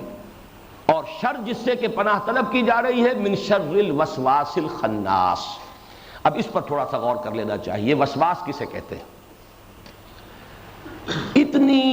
پست آواز میں کسی سے کچھ کہنا کہ مفہوم تو وہ سمجھ لے، الفاظ نہ سنے، یہ ہے وسوسے کا اصل مفہوم۔ الفاظ سنائی نہ دے، مفہوم منتقل ہو جائے۔ یہی جس طرح لفظ وحی ہے، اسی لیے لیوحون، یہ شیاطین جن و انس کے لیے بھی یہ لفظ آیا ہے، یوحی بعضهم الی بعض زخرف القول غرورا، یہ شیاطین جن و انس جو ہے ایک دوسرے کو وحی کرتے رہتے ہیں۔ تو لفظ وحی اور وسوسے میں بہت قرب ہے۔ وحی بھی ہے الاعلام بالسر والخفا، بڑے خفیہ انداز میں خاموشی سے کوئی بات کسی کے دل میں منتقل کر دینا، دل میں اتار دینا، کوئی بات بتا دینا، سمجھا دینا، یہ وحی اسی لیے آنکھ سے اشارہ کیا جائے تو اس کے لیے بھی لفظ وحی ہے، عربی ادب کے اندر استعمال ہوا ہے۔ اسی طریقے سے وسوسہ، کسی کے اندر کوئی خیال، کوئی جذبہ منتقل کر دینا بغیر اس کے کہ کوئی بات سننے میں آئے، کوئی کلام جو ہے وہ سماعت کے مرحلے سے گزرے، اس کے بغیر کوئی چیز، کوئی خیال، کوئی جذبہ کسی کے اندر پیدا ہو جائے، ابھر جائے، مشتعل ہو جائے، یہ وسوسہ۔ لفظ وسواس کے بارے میں علامہ زمخشری نے جو بحث کی ہے اسی کو تقریباً تمام مفسرین نے قبول کیا ہے کہ وسوسہ اسم ہے اور وسواس بھی اسم ہے۔ اس سے جو مصدر بنے گا وہ وسواس ہے، واو کے زیر کے ساتھ، جیسے کہ زلزال یہ مصدر ہے، زلزلہ اور زلزال یہ ہم معنی ہیں، زلزال ہے جو مصدر ہے۔ اسی طریقے سے وسوسہ اور وسواس ہم معنی ہے، اسم ہے، البتہ اس سے مصدر جو ہے وہ وسواس ہے۔ یہ لفظ کیوں آیا یہاں؟ ایک تو یہ کہ بطور اسم جب اس کو لایا گیا تو اس شخص کی، اس ہستی کی طرف اشارہ کیا جا رہا ہے کہ جو مجسم وسوسہ ہو، جس کا شغل ہی وسوسہ کرنا ہے، گویا کہ اس کا نام ہی رکھ دیا گیا، اسم کے طور پر لے آیا گیا وسواس۔ اور ایک یہ ہے کہ اس سے قبل ذو مضاف جو ہے اس کو محذوف ماننا پڑے گا، ذو الوسواس۔ قل اعوذ برب الناس ملک الناس الہ الناس من شر ذی الوسواس الخناس الذی یوسوس فی صدور الناس۔ تو یہاں پر گویا کہ فرض کرنا پڑے گا کہ ذو کا لفظ محذوف ہے۔ خناس کیا ہے؟ خنس کہتے ہیں دبے پاؤں پیچھے ہٹ جانا، بلکہ اس کے ساتھ الٹے پاؤں، آپ آگے بڑھے، کہیں جھانکا آپ نے، کہیں خطرہ نظر آیا تو آپ الٹے پاؤں اور دبے پاؤں بغیر آہٹ کے واپس ہٹ گئے، یہ خنس ہے۔ یہ لفظ قرآن مجید میں سورہ تکویر میں آیا ہے، فلا اقسم بالخنس الجوار الکنس، ستارے ہیں آگے بڑھتے ہیں پھر وہ غائب ہو جاتے ہیں، پیچھے کو ہٹ جاتے ہیں، دبک جاتے ہیں، چھپ جاتے ہیں، ان کی قسم کھائی گئی ہے، ان کی شہادت پیش کی گئی ہے۔ الوسواس الخناس یہاں پر اس شیطان لعین اور شیطان رجیم کے لیے گویا کہ یہ اسم معرفہ کی شکل میں آیا، وہ ہستی، وہ ذات جس کا کام ہی وسوسہ اندازی ہے، جس کا مشن ہی وسوسہ اندازی ہے، جس کی زندگی کا مقصود ہی یہ ہے۔ اس لیے کہ وہ شیطان لعین جس کے ساتھ جو معاملہ حضرت آدم کا اور اس کا ہوا قرآن مجید میں 7 جگہ پر آیا، اس مضمون کی اہمیت کا آپ اندازہ کیجیے۔ ایک ہی واقعہ آدم و ابلیس کے مابین جو بھی ماجرا ہوا 7 صورتوں میں قرآن مجید کے اندر موجود ہے۔ سورہ بقرہ میں ہے، سورہ اعراف میں ہے، سورہ ہجر میں ہے، بنی اسرائیل میں ہے، سورہ کہف میں ہے، سورہ طٰہٰ میں ہے، سورہ صاد میں ہے، 7 جگہ وہ یہی تھا۔ وہ تکبر کی وجہ سے اس نے اللہ تعالیٰ کے حکم کو ماننے سے انکار کیا۔ تکبر، انا خیر منہ خلقتنی من نار وخلقتہ من طین، میں اس سے بہتر ہوں آدم سے، میں اس کے سامنے سجدہ نہیں کر سکتا، میں نہیں جھکوں گا، اس لیے کہ تو نے مجھے پیدا کیا ہے آگ سے اور اس کو پیدا کیا ہے گارے سے۔ انا خیر منہ خلقتنی من نار وخلقتہ من طین، انکار کیا۔ کہیں لفظ ابا آتا، ابا واستکبر وکان من الکافرین، اور اس شد و مت کے ساتھ آیا ہے قرآن مجید میں کہ ملائکہ کے بارے میں کہیں شبہ نہ ہو جائے کہ ان میں سے کسی نے بھی سجدہ کرنے سے انکار کیا ہو۔ چنانچہ ایک مقام پر تکرار کے ساتھ اور شدت جو ہے اس کے لیے دیکھیے کہ آپ کس قدر زور ہے، فسجد الملائکۃ کلہم اجمعون، سجدے میں گر گئے سب کے سب فرشتے، کل کے کل ان میں کے، اور سب کے سب جمع ہو کر 3 مرتبہ، کوئی اشتباہ نہ رہ جائے۔ ہاں وہ ایک جنات میں سے، اس میں بھی چونکہ اشتباہ ہو جاتا ہے، بقیہ 6 مقامات پر اشتباہ ہو جاتا ہے کہ کہیں یہ بھی کوئی فرشتوں میں سے تو نہیں تھا، بتا دیا گیا کان من الجن ففسق عن امر ربی۔ سورہ کہف میں اس وسوسے کو بھی ختم کر دیا گیا، بات واضح کر دی گئی وہ جنات میں سے تھا۔ لیکن اپنے علم، اپنے تقوی، اپنی نیکی، اپنے زہد، اپنی عبادت گزاری، اس کی وجہ سے وہ ملائکہ کے زمرے میں شامل ہو گیا تھا، شریک تھا، اس کا قرب حاصل تھا۔ ویسے بھی چونکہ ملائکہ کا مادہ تخلیق ہے نور، اور جنات کا مادہ تخلیق ہے نار، اور یہ نار اور نور میں بڑا فرق ہے۔ آگ کے اندر روشنی ہے، یہ دونوں ہی چیزیں تو بیک وقت ہمیں سورج سے مل رہی ہیں، حرارت بھی مل رہی ہے اور ہمیں روشنی بھی مل رہی ہے، یہ ریڈیشن جو ہے اس کے دونوں چیزیں موجود ہیں، تو ان میں قرب بھی ہے۔ اس قرب کی وجہ سے بھی ہمارا معاملہ، چونکہ ہمارا مادہ تخلیق مٹی ہے، ہم اس عالم ارضی سے ہمارا حیولہ تیار ہوا ہے، اگرچہ اس میں پھر وہ روح پھونکی ہے اللہ نے، جس کی عظمت کا عالم یہ ہے کہ اسے اللہ اپنی ذات کی طرف منسوب کرتا ہے، وَنَفَخْتُ فِيهِ مِن رُوحِي، پھونک دیا میں نے اس میں اپنی روح میں سے۔ لیکن یہ ہے کہ بہرحال ہمارا یہ حیولہ جو ہے یہ تو اس مٹی کا بنا ہوا ہے، اس لیے ہمارا معاملہ ذرا دوری کا ہے، کثافت کا ہے۔ البتہ جنات جو ہے جو آگ سے بنائے گئے، من مارج من نار، اور قرآن مجید سے یہ بھی ثابت ہے کہ وہ اپنی تخلیق میں ہم سے متقدم ہے، ہم سے پہلے بنائے گئے۔ والجان خلقناہ من قبل من نار السموم، یہ آدم کی تخلیق سے پہلے ہم نے جنات کو پیدا کر دیا تھا آگ کی لپٹ سے۔ اس اعتبار سے نوٹ کیجئے کہ ان جنات میں سے ایک جن عزازیل وہ ہے کہ جو اپنے علم اور اپنے اس تقوی اور اپنے زہد اور اپنی عبادت گزاری کی بنا پر ملائکہ سے قرب حاصل کر چکا تھا، انہی کے ساتھ سمجھا جا رہا تھا، اس نے وہ اپنے استکبار کی بنا پر اس نے انکار کیا، اور پھر جب اللہ تعالیٰ نے اس کی بنا پر اسے دھتکارا، فَخْرُجْ مِنْهَا فَإِنَّكَ رَجِيمٌ، اب تم نکل جاؤ، ہماری رحمت کے تم مستحق نہیں رہے، تو اس نے ایک درخواست کی، فَأَنذِرْنِي إِلَىٰ يَوْمِ يُبْعَثُونَ، تو اے اللہ مجھے اب تو مہلت دے اس دن تک کے لیے جس دن کے یہ سب کے سب دوبارہ اٹھائے جائیں گے، تمام انسان دوبارہ زندہ کیے جائیں گے، اور میں یہ ثابت کر دوں گا کہ ان میں سے اکثریت، اس آدم کی اولاد، آدم کی نسل کی اکثریت تیرے شکر گزار نہیں ہوں گے، بَلْ تَجِدَ أَكْثَرَهُمْ شَاكِرِينَ، نہیں پائے گا تو ان میں سے اکثریت کو شکر کرنے والا، تیرے اس احسان کی قدر کرنے والا کہ تو نے آدم کو مسجود ملائک بنایا، تو نے آدم کو خلافت عطا فرمائی، تو نے آدم کو یہ مقام بخشا کہ فرمایا کہ خلقتہ بیدی، میں نے اسے اپنے دونوں ہاتھوں سے بنایا ہے۔ وہ مخلوق جس میں دونوں عالم جمع ہو گئے، عالم امر اور عالم خلق، وہ صرف ایک ہے اور وہ انسان ہے،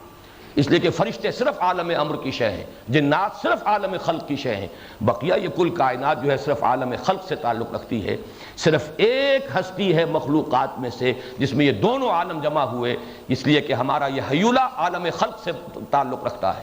خاک سے بنا ہے، لیکن ہماری روح وہ کہیں اور کی شے ہے، انا للہ و انا الیہ راجعون، کہیں اور سے آئی ہے، اس عالم سفلی سے اس کا کوئی تعلق نہیں ہے، اس کا تعلق اس عالم علوی سے ہے۔ یہ اس اعتبار سے یہ مجموعہ ہے عالم امر اور عالم خلق کا،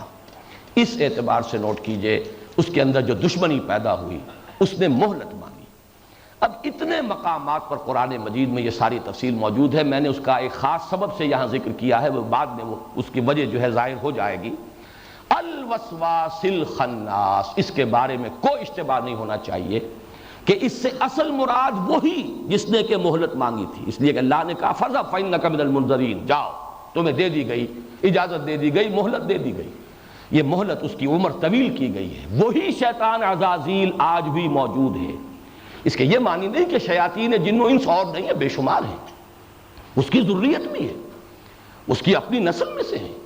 لیکن یہ بھی ہم جانتے ہیں کہ جنات جو ہیں کل کے کل کافر و فاسق نہیں ہیں، فاجر نہیں ہیں، ان میں مومن بھی ہیں، ان میں مسلم بھی ہیں،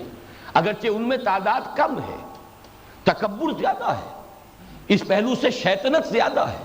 لیکن یہ کہ جیسے کہ سورہ جن میں تفصیل سے آیا ہے وَأَنَّا مِنَّا الْمُسْلِمُونَ وَمِنَّا دُونَ ذَلِكَ وَمِنَّا الْقَاسِطُونَ، یہ مختلف الفاظ آئے ہیں۔ ہم میں ہر طرح کے لوگ موجود ہیں، جنات کی آپس کی گفتگو ہے، ہم میں وہ بھی ہیں جو فرما بردار ہیں، نیک ہیں، ہم میں وہ بھی ہیں کہ جو ظالم ہیں، جو نا انصافی کرنے والے ہیں، پھر یہ کہ شرک کرنے والے ہیں، پھر یہ کہ ہم میں سے ایک بڑا بھی ہے جس نے ہمیں اس غلط راستے پر ڈالا ہے کہ وہ ہم نہیں سمجھتے تھے کہ وہ ہمیں اس دھوکے میں مبتلا کر دے گا کہ یہ اللہ کے ساتھ کوئی اور بھی جو ہے وہ شریک ہیں۔ بہرحال یہ ساری بات سورہ جن میں آ چکی ہے تفصیل کے ساتھ۔ یہاں نوٹ کیجئے کہ من شر الوسواس الخناس، یہ ترکیب خود بول رہی ہے، یہ شخص معین ہے، یہ ایک ہستی، ایک ذات ہے، یہ اس میں معرفہ بن رہا ہے۔ من شر الوسواس الخناس، میں پناہ چاہتا ہوں لوگوں کے رب کی، لوگوں کے بادشاہ کی، لوگوں کے معبود اور محبوب اور مقصود و مطلوب حقیقی کی، اس وسوسہ کرنے والے اور پیچھے دبک جانے والے کے شر سے۔ الذی یوسوس فی صدور الناس، اب اس کے ضمن میں وہ حدیث نوٹ کر لیجئے، خناس کی وضاحت ہو جائے گی۔ حضرت سعید ابن جبیر رضی اللہ تعالیٰ عنہ سے مروی ہے کہ اذا ذکر الانسان ربہ خنسا، جب انسان اپنے رب کو یاد کرتا ہے، اگر یہ جیسے کہ وہ فارسی کی کہاوت ہے خانہ خالی دیورامی گیرد، اگر یہ نہا خانہ قلب، اگر اس میں اللہ کی یاد ہے، یہ معمور ہے ذکر الہی سے، تو شیطان بھاگ جائے گا، کھانا سا دبک جائے گا، پیچھے ہٹ جائے گا۔ لیکن فَإِذَا غَفَلَ وَسْوَسَ إِلَيْهِ، جب غافل ہوگا، خانہ خالی دیورامی گیرد، دل خالی ہے اللہ کی یاد سے، اب وہ اس میں وسوسہ کرے گا۔ بلکہ ایک اور روایت جو ہے عبداللہ ابن شقیق سے رضی اللہ تعالیٰ عنہ، حضرت انس سے، یہ ایک ہم مضمون روایات ہیں جو ابو یعلا لائے ہیں، اس میں تو الفاظ ہیں کہ شیطان اپنی تھوتنی جما کر رکھتا ہے انسان کے دل پر، یا اس کی چونچ، تھوتنی جو ہے یہ کتے کے منہ کو اور سور کے منہ کے لیے لفظ مستعمل ہوتا ہے، خاص قسم کا، بہت ہی مکروہ شکل، تو وہ جو تھوتنی ہے وہ انسان کے دل کے اوپر جما کر رکھتا ہے۔ اگر تو اللہ کا وہ کی یاد کرتا ہے تو وہ بھاگتا ہے، پیچھے ہٹ جاتا ہے، دبک جاتا ہے، خنسا، الٹے پاؤں۔ لیکن اگر غافل ہوتا ہے تو وہ چونچ اپنی جو ہے چبھو دیتا ہے انسان کے دل میں، یا اپنی تھوتنی وہاں رکھ کر پھونکے مارنی شروع کرتا ہے۔ اس لیے کہ ظاہر بات ہے شیطان کو یہ اختیار نہیں ہے کہ وہ آپ کو بدی پر مجبور کر سکے، یہ اختیار اسے نہیں دیا۔ ان عبادی لیس لک علیہم سلطان، میرے بندوں پر تجھے کوئی اختیار حاصل نہیں، کوئی قدرت حاصل نہیں کہ تم جو چاہو کر لو اور جدھر چاہو موڑ دو۔ تم انہیں ترغیب دلا سکتے ہو، تم انہیں سبز باغ دکھا سکتے ہو، تم انہیں جدھر چاہو ورگلانے کی کوشش کر سکتے ہو، دھوکے دے سکتے ہو، فریب دے سکتے ہو، دنیا کو مزین کر کے دکھا سکتے ہو، شہوات نفسانی کو مشتعل کر سکتے ہو، سب کچھ کر سکتے ہو، لیکن تمہارا اختیار نہیں ہے۔ البتہ یہ ہے کہ جو انسان میں بارود ہے وہ تو ہے ہمارے اندر، اگر ہمارے اندر وہ روح ربانی ہے تو ہمارا یہ حیوانی وجود جو ہے اس میں وہ اینیمل انسٹنکٹس موجود ہیں، اس میں وہ ساری جبلتیں، حیوانی جبلتیں، اڈ لیبیڈو، وہ جو فرائڈ کے الفاظ ہیں وہ سب کے سب موجود ہیں، گویا کہ بارود تو ہمارے اندر ہے۔ اسی لیے آیا ہے سورہ ابراہیم میں کہ جب شیطان کو ملامت کریں گے قیامت کے دن جو اس کے پیروکار تھے تو وہ کہے گا فلا تلومونی ولوموا انفسکم، میں نے تمہیں صرف بلایا تھا، تم نے میری دعوت پر لبیک کہا، میں نے کہا ادھر آ جاؤ، تم آ گئے، میرا کوئی اختیار تو تم پر نہیں تھا، تم چاہتے تو میری دعوت کو قبول نہ کرتے، میری پکار پر لبیک نہ کہتے۔ فلا تلومونی ولوموا انفسکم، تو اب مجھے ملامت نہ کرو، ملامت کرو اپنے آپ کو۔ وہ نفس کیا ہے؟ لوموا انفسکم، تمہارے اپنے نفوس، تمہاری اپنی جانیں، تمہارا اپنا نفس امارہ، ان النفس لامارۃ بالسوء، تمہارے اینیمل انسٹنکٹس، تمہاری اڈ، تمہاری لیبیڈو، یہ تو تمہارے اندر تھی۔ بارود موجود ہے، صرف چنگاری ڈال کر، مجھے وہ یاد آیا ہے، کولوکیل زبان کا محاورہ ہے اردو کا، یہ ادبی زبان کا، لٹریری لینگویج کا تو نہیں ہے، کہ بھس میں چنگاری ڈال کر اور جمال و دور کھڑی. یہی اس شیطان کا معاملہ ہے کہ اس میں چنگاری وہ ڈالتا ہے، بارود انسان کا اپنا ہے، اس کے حیوانی شہوات، داعیات، محرکات نفس وہ سب اس کے اندر موجود ہیں، البتہ ان میں اشتعال پیدا کرتا ہے شیطان اپنے وسوسے سے. من شر الوسواس الخناس. اب جو آخری آیت آ رہی ہے الذی یوسوس فی صدور الناس، تو بات واضح ہو گئی،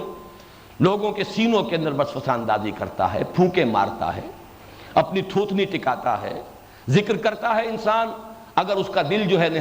خانہ قلب معمور ہے ذکر الہی سے، اللہ کی یاد سے، تو پھر وہ پیچھے ہٹتا ہے، بھاگ جاتا ہے، دبک جاتا ہے، چھپ جاتا ہے، جہاں غافل دیکھتا ہے اور اس کو وہ بہکاتا ہے. من الجنۃ والناس.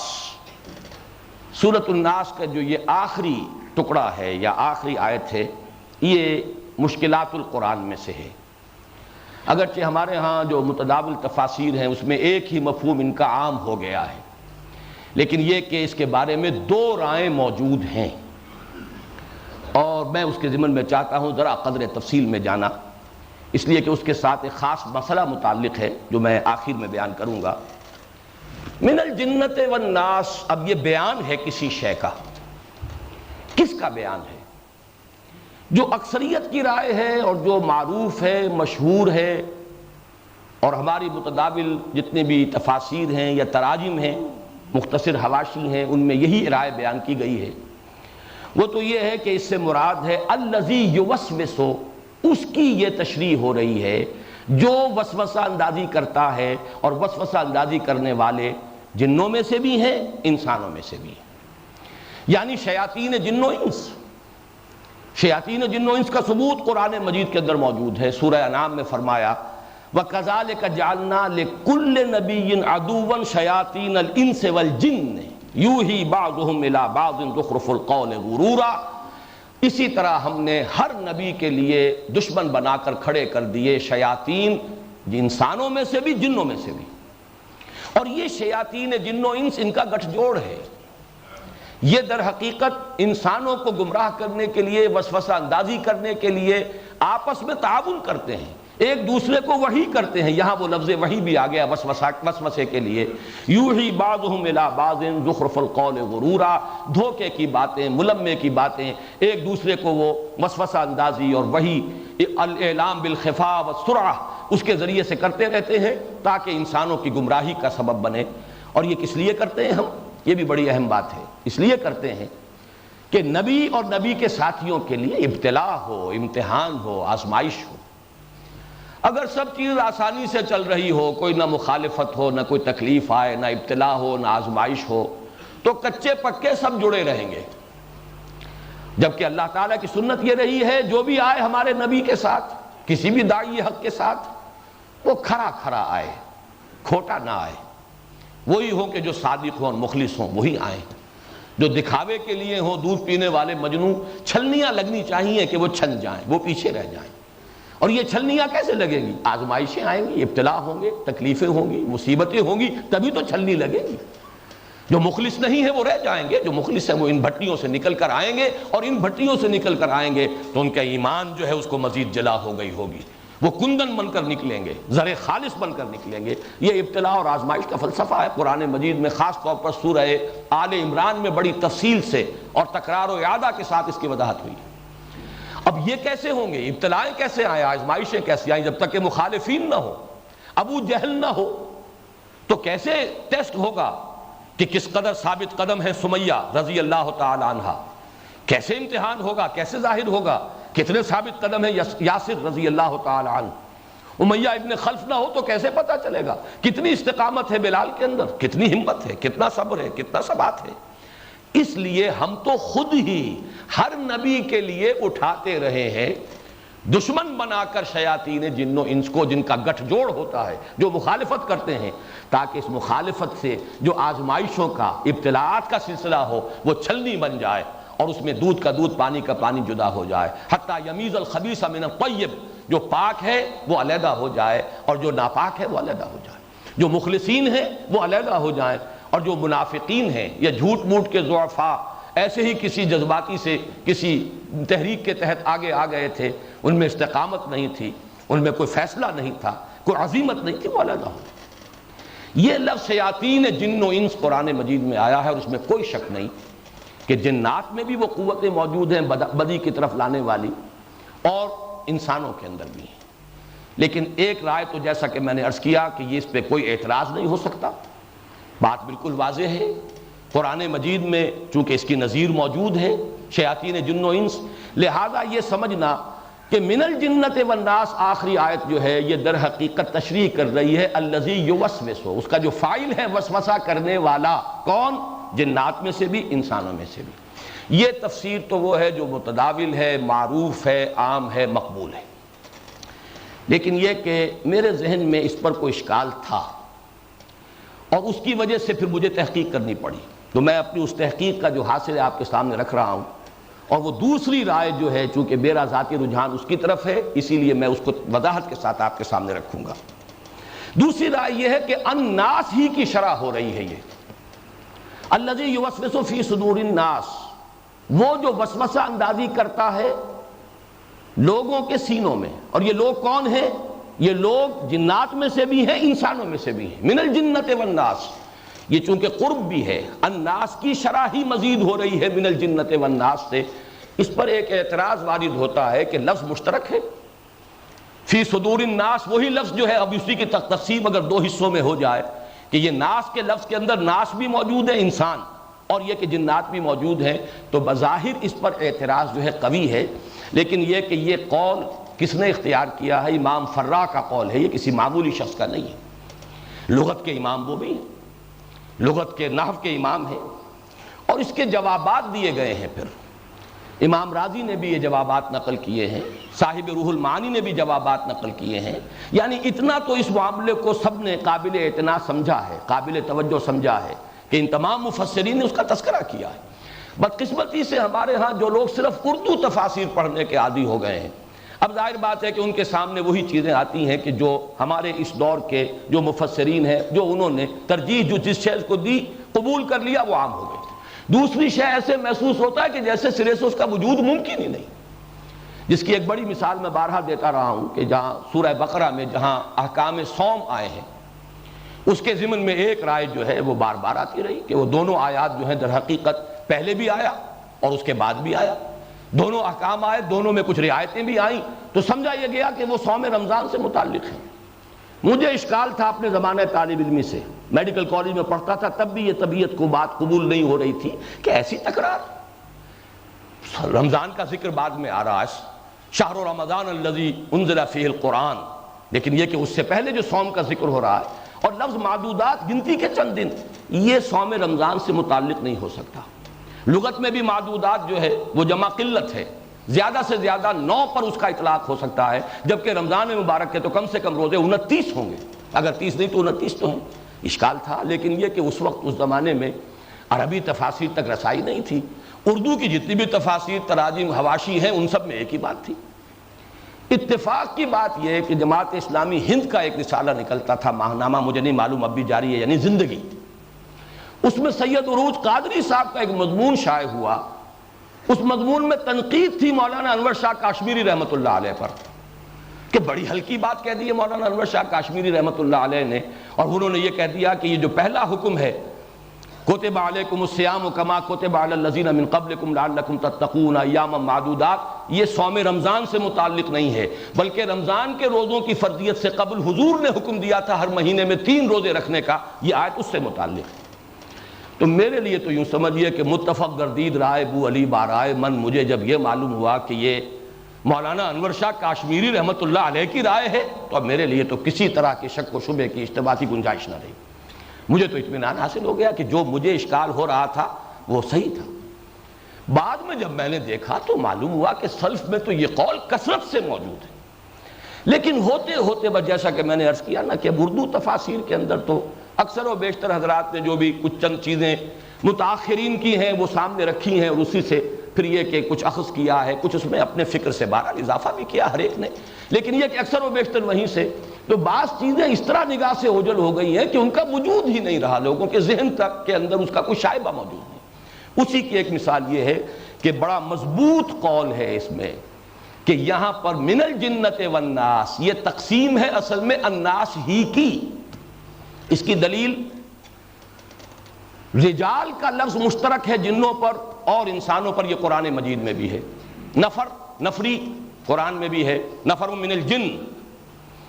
اور رجال من الجن، انہو کان رجال من الانس یعوذون برجال من الجن۔ اور اس کی مثال میں ایک اور دوں گا، اردو میں بھی ایک لفظ ہم استعمال کرتے ہیں لوگ، اسی لیے میں نے اس سورہ مبارکہ کی پہلی 3 آیتوں کا ترجمہ بھی انسان نہیں کیا۔ قل اعوذ برب الناس، کہو کہ میں پناہ میں آتا ہوں انسانوں کے رب کے، نہیں، لوگوں کے رب کے۔ میں نے لفظ جو ہے لوگ استعمال کیا، اور وہ کہ جو لوگوں کا بادشاہ ہے، جو لوگوں کا معبود حقیقی ہے، محبوب اصلی ہے۔ لوگ کا لفظ اردو زبان میں بھی اب آپ استعمال کریں گے، مردوں کے لیے بھی آتا ہے، اکثر و بیشتر تو یہ لفظ مردوں کے لیے ہم لوگ جا رہے ہیں، لیکن خواتین کے لیے بھی ہماری زبان کی محدودیت ہے۔ آپ لوگ کہاں جا رہی ہیں؟ حالانکہ لوگ کا لفظ اصلاً جو ہے وہ ہے مردوں کے لیے۔ خواتین بھی اگر اپنے جماعت کے لیے کوئی لفظ کرنا چاہیں گی، ہم جا رہی ہیں، اگر اس کے ساتھ کوئی اور وضاحت اور صراحت کرنا چاہیں، ہم لوگ جا رہے ہیں۔ معلوم یہ ہوا کہ یہ لوگ کا لفظ، تو لوگ کا لفظ جس طریقے سے کہ عام ہے، مشترک ہے، اسی طریقے سے ناس کا لفظ جو ہے صرف انسانوں کے لیے نہیں، بلکہ ایک جمعیت کی وضاحت کے لیے، ایک اجتماعیت کی طرف اشارہ کرنے کے لیے، لوگ جنوں میں سے، لوگ انسانوں میں سے۔ چنانچہ اسی کی ایک حدیث موجود ہے، اور اس کو امام قلبی بھی لائے ہیں، امام بغوی بھی لائے ہیں، کہ ایک ایسا موقع ہوا کہ کہیں کچھ لوگ اجنبی سے نظر آئے، ان سے پوچھا گیا من القوم، آپ کون سی قوم سے ہیں، یا من انتم، مختلف روایات میں مختلف، آپ لوگ کون ہیں؟ تو انہوں نے جواباً کہا اناس من الجن، ہم جنوں میں سے کچھ لوگ ہیں۔ اب یہ لوگ کا لفظ دیکھیے یہاں پہ اناس من الجن، حالانکہ لفظ انسان چونکہ آنسا یہ ہے دیکھنا، دکھائی جانے والی مخلوق انسان ہے جو دیکھی جا سکتی ہے، جن اس کو کہتے ہیں کہ جو چھپا ہوا ہو، نظر نہ آتا ہو، لیکن جنات کو یہ طاقت حاصل ہے، وہ انسانی شکل میں آ سکتے ہیں، وہ حیوانات کی شکل اختیار کر سکتے ہیں، جیسے ملائکہ کو یہ قوت حاصل ہے، وہ انسانی شکل میں آتے ہیں۔ حضرت جبریل انسانی شکل میں حضرت داہیہ کلبی رضی اللہ تعالیٰ عنہ کی عام طور پر صورت میں تشریف لایا کرتے تھے، اور جو حدیث جبرائیل ام السنہ جسے کہا گیا ہے، اس میں تو حضرت جبرائیل کا انسانی شکل میں آنا ہی تو بیان ہوا ہے۔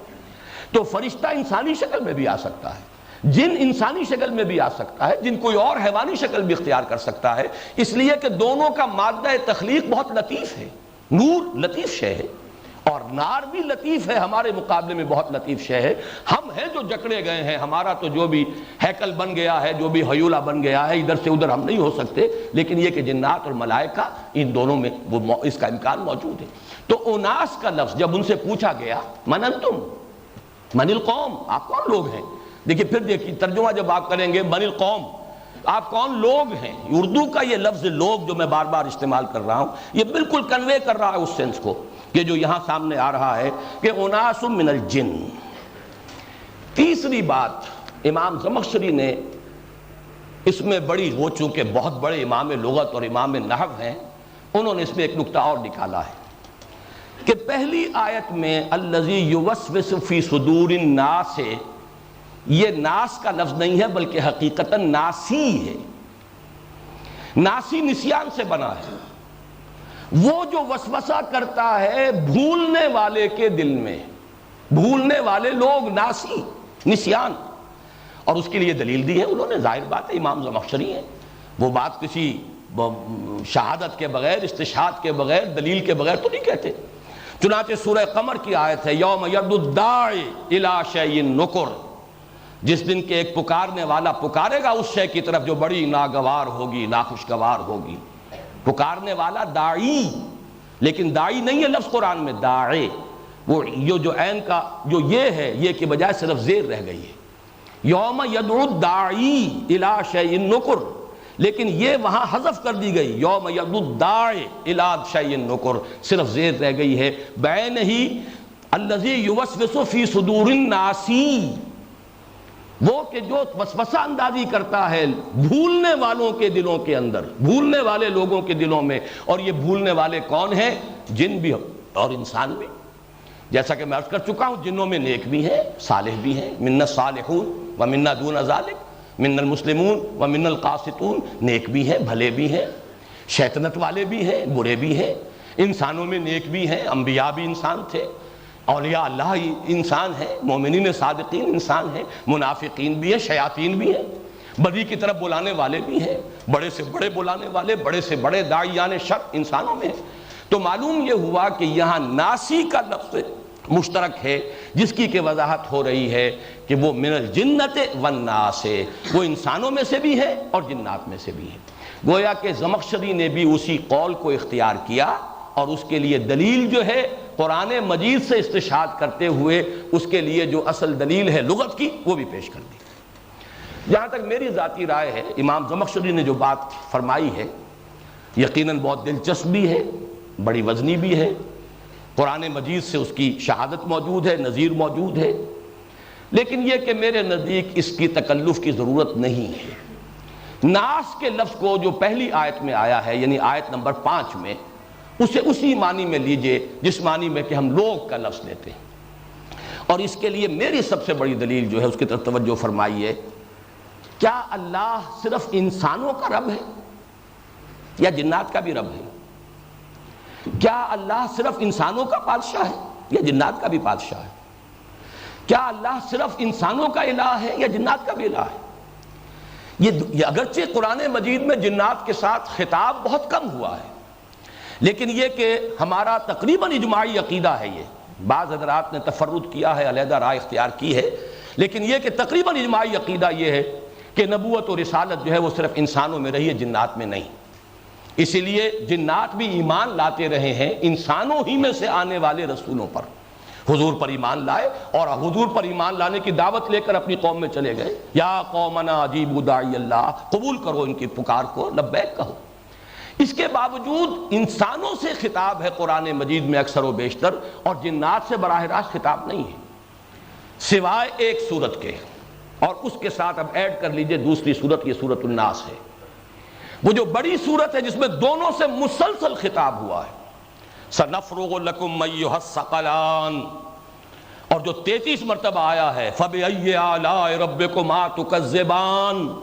یہاں تثنیہ کا صیغہ جو ہے سب کے نزدیک مجمع علیہ ہے کہ یہاں جنات اور انسان مراد ہیں، اس لیے تثنیہ کا صیغہ آیا. اور کتنی مرتبہ آیا ہے ایک صورت کے اندر؟ فبأي آلاء ربكما تكذبان سنفرغ لكم أيها الثقلان يا معشر الجن والإنس إن استطعتم أن تنفذوا من أقطار السماوات والأرض فانفذوا لا تنفذون إلا بسلطان. یہ سورہ منفرد ہے اس اعتبار سے، اور ذرا سائزیبل ہے اس اعتبار سے. وہ میں منفرد کہہ رہا ہوں، ورنہ میرے نزدیک اس میں دوسری مثال شامل کر لیجئے، یہ سورۃ الناس،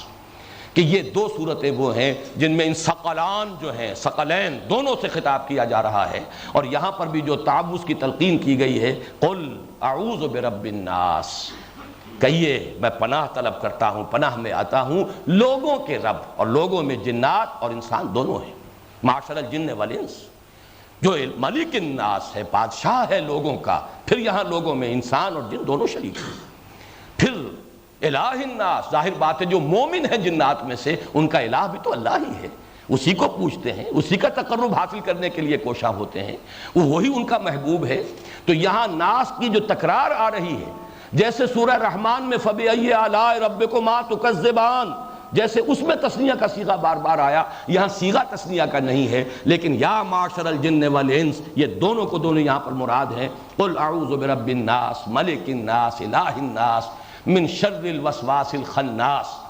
الذی یوسوس فی صدور الناس. اور پھر آگے اس کو کھول دیا، کیونکہ یہاں پہ اضمار تھا، اجمال تھا، بات واضح نہیں تھی. بات واضح ہو جائے، من الجنۃ والناس، ان جنوں کے اندر بھی وسوسہ اندازی وہ شیطان لعین کرتا ہے.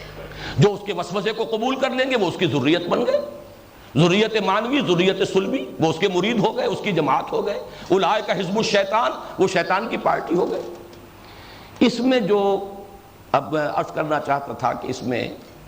مولانا اصلاحی صاحب کے بارے میں افسوس کے ساتھ یہ عرض کر رہا ہوں، پوری ویسے تفسیر کے اندر کہیں یہ بات انہوں نے نہیں کہی،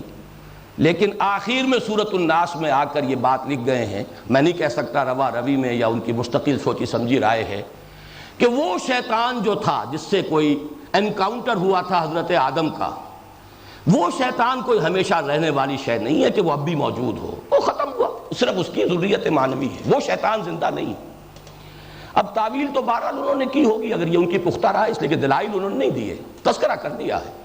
کہ یہاں پر جو جنات اور انسانوں کے شیاطین ہیں بس انہی سے مراد ہے، اور اس کو جو مہلت دی گئی ہے جو بار بار قرآن میں آیا ہے وہ اس کے مشن کی مہلت ہے، اس کے مشن کی تکمیل کر رہے ہیں جنات میں جو شیاطین جن ہیں اور انسانوں میں سے بھی جو شیاطین انس ہیں۔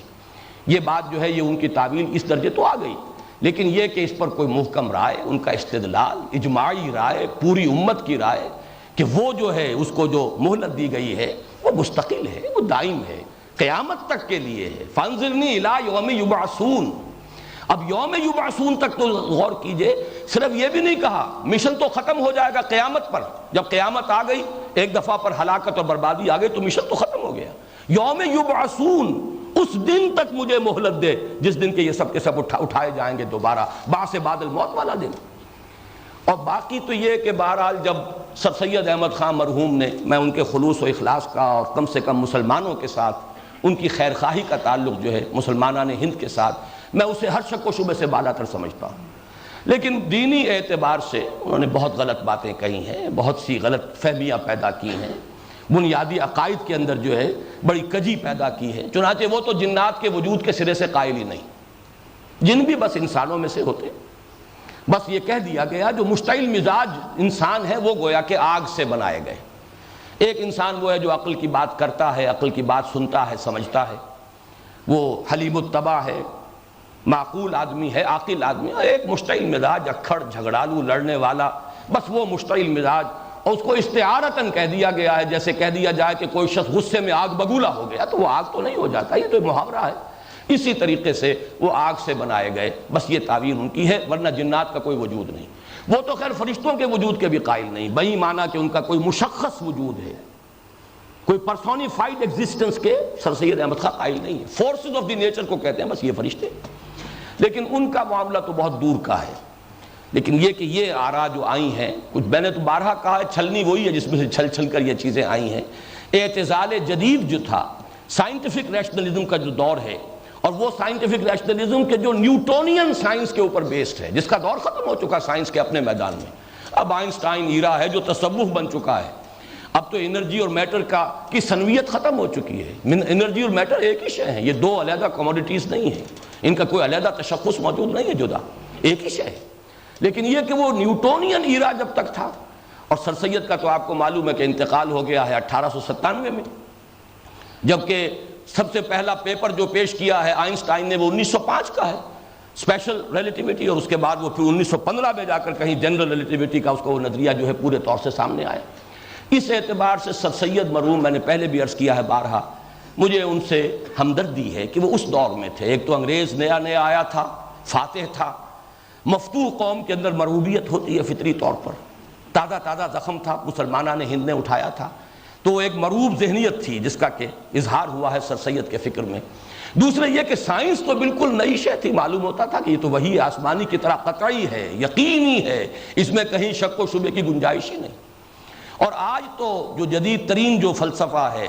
کریشن آف دی یونیورس کے ضمن میں، اس میں ایک اصطلاح ہے باقاعدہ، دی پرنسپل آف انسرٹنٹی، سائنس میں کوئی شے سرٹن نہیں ہے، ایک فیکٹر آف انسرٹنٹی ہر جگہ پر موجود ہے، اور یہ بھی در حقیقت اللہ کی طرف سائنس کی ترقی ہے کہ ہر آن اللہ کا اذن، لازم نہیں ہے کہ جو آپ نے کوئی اصول اور قاعدہ تلاش کر لیا سائنس کا اسی کے مطابق نتائج نکلتے چلے جائیں، کوئی اور طاقت ہے جس کا کوئی فیصلہ ہوتا ہے، کوئی شے ادھر جانے کے بجائے ادھر جائے گی اور آپ کوئی توجیہ نہیں کر سکیں گے، تو معلوم ہوا کوئی طاقت ہے، یدبر الامر من السماء الى الارض۔ آج کی سائنس جو ہے خاص طور پر آئنسٹائن ایرا کی سائنس، وہ تو دین کے، مذہب کے، بلکہ میں نے جیسا کہ عرض کیا تصوف کے بہت قریب آ چکی،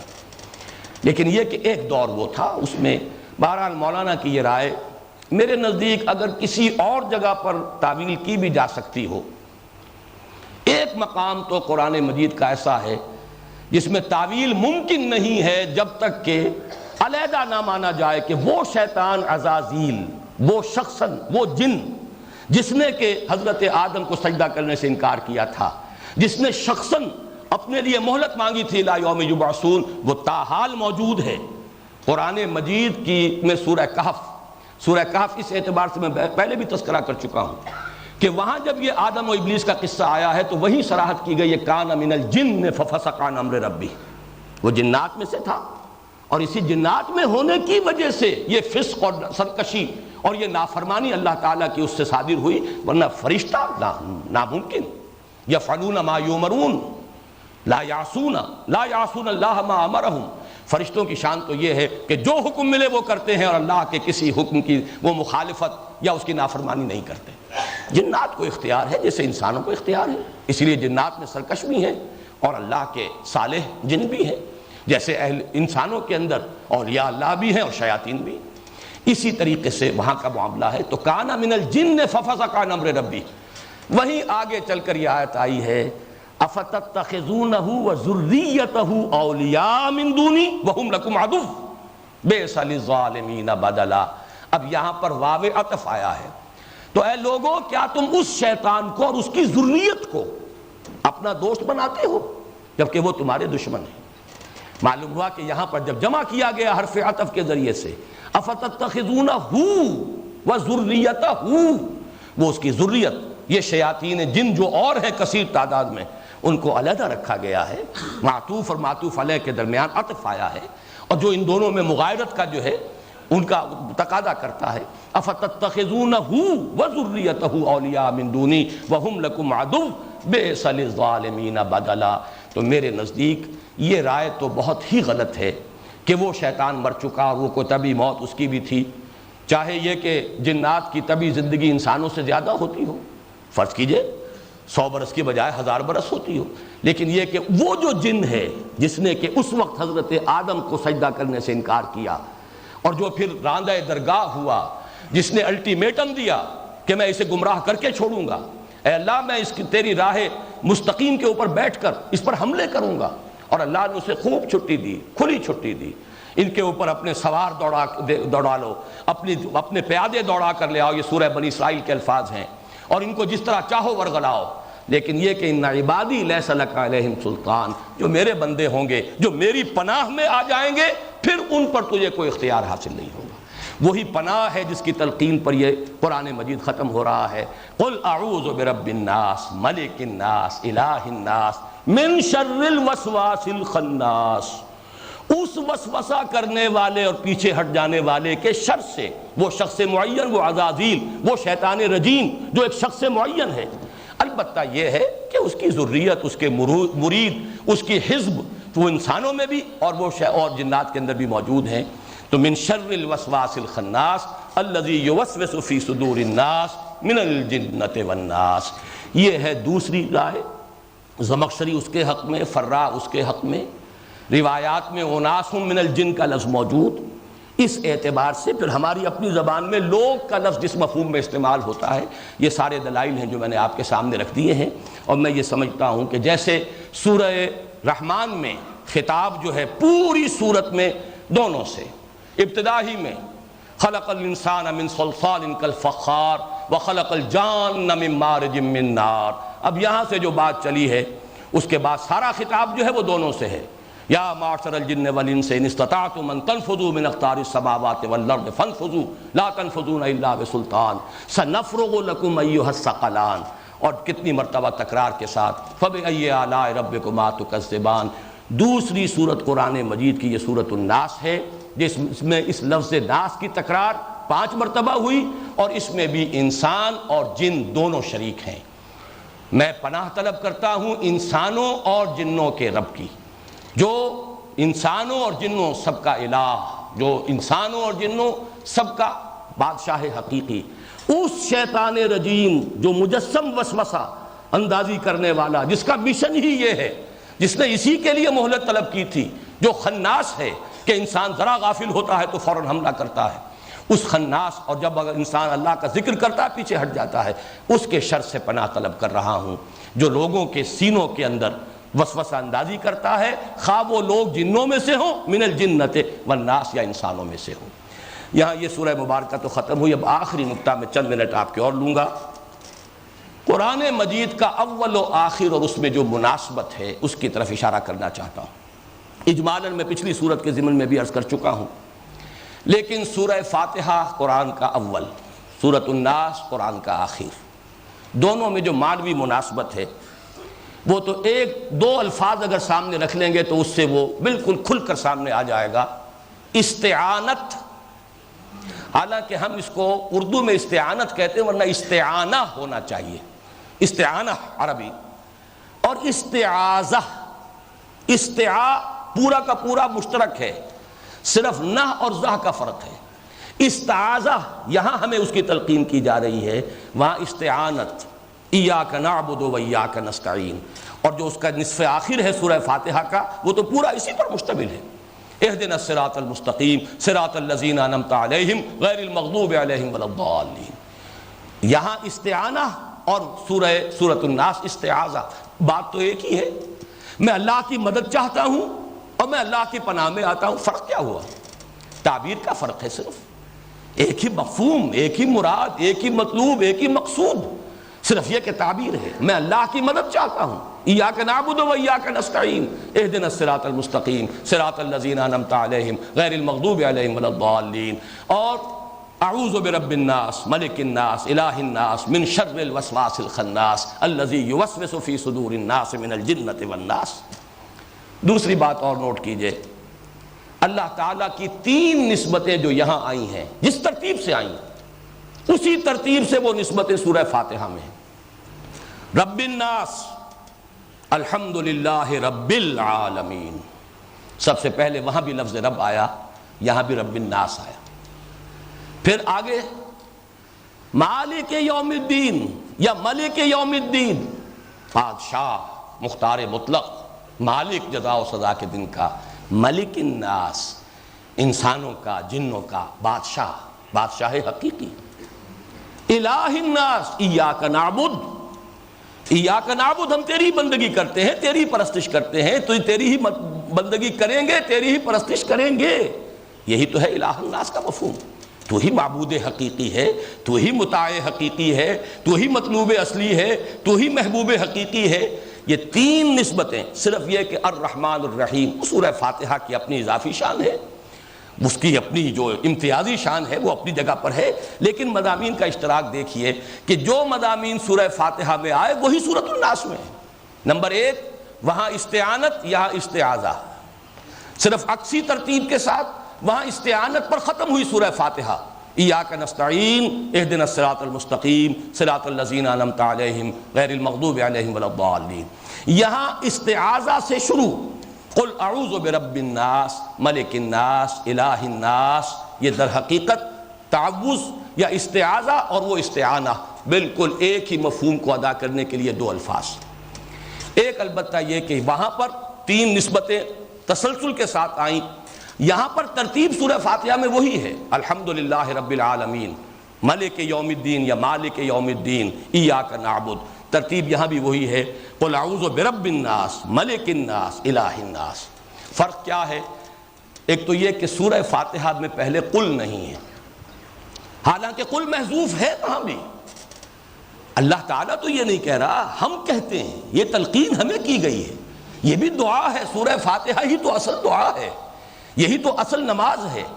اس اعتبار سے غور کیجئے کہ یہاں قل ظاہر ہے، وہاں قل محذوف ہے۔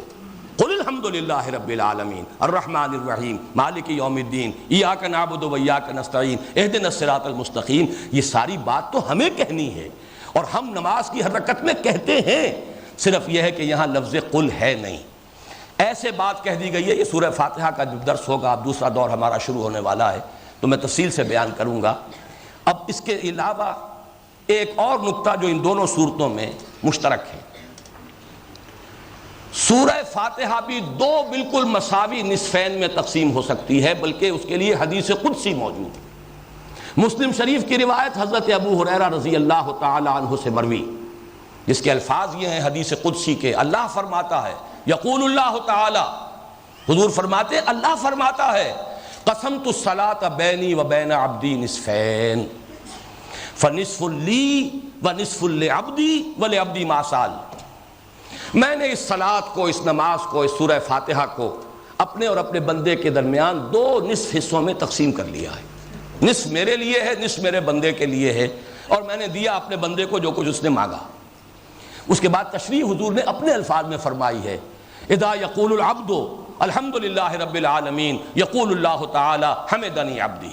واذا یقول العبد الرحمن الرحیم قال اللہ تعالی اثنی علی عبدی. میرے بندے نے میری ثنا کی، میرے بندے نے میری تمجید کی، میرے بندوں نے میری حمد کی. پھر جب کہتا ہے بندہ ایاک نعبد و ایاک نستعین، اللہ فرماتا ہے ھذا ما بینی و بین عبدی ولعبدی ما سال. یہ میرے اور میرے بندے کے مابین ہے، اس لیے کہ عبادت کس کے لیے ہے؟ اللہ کے لیے،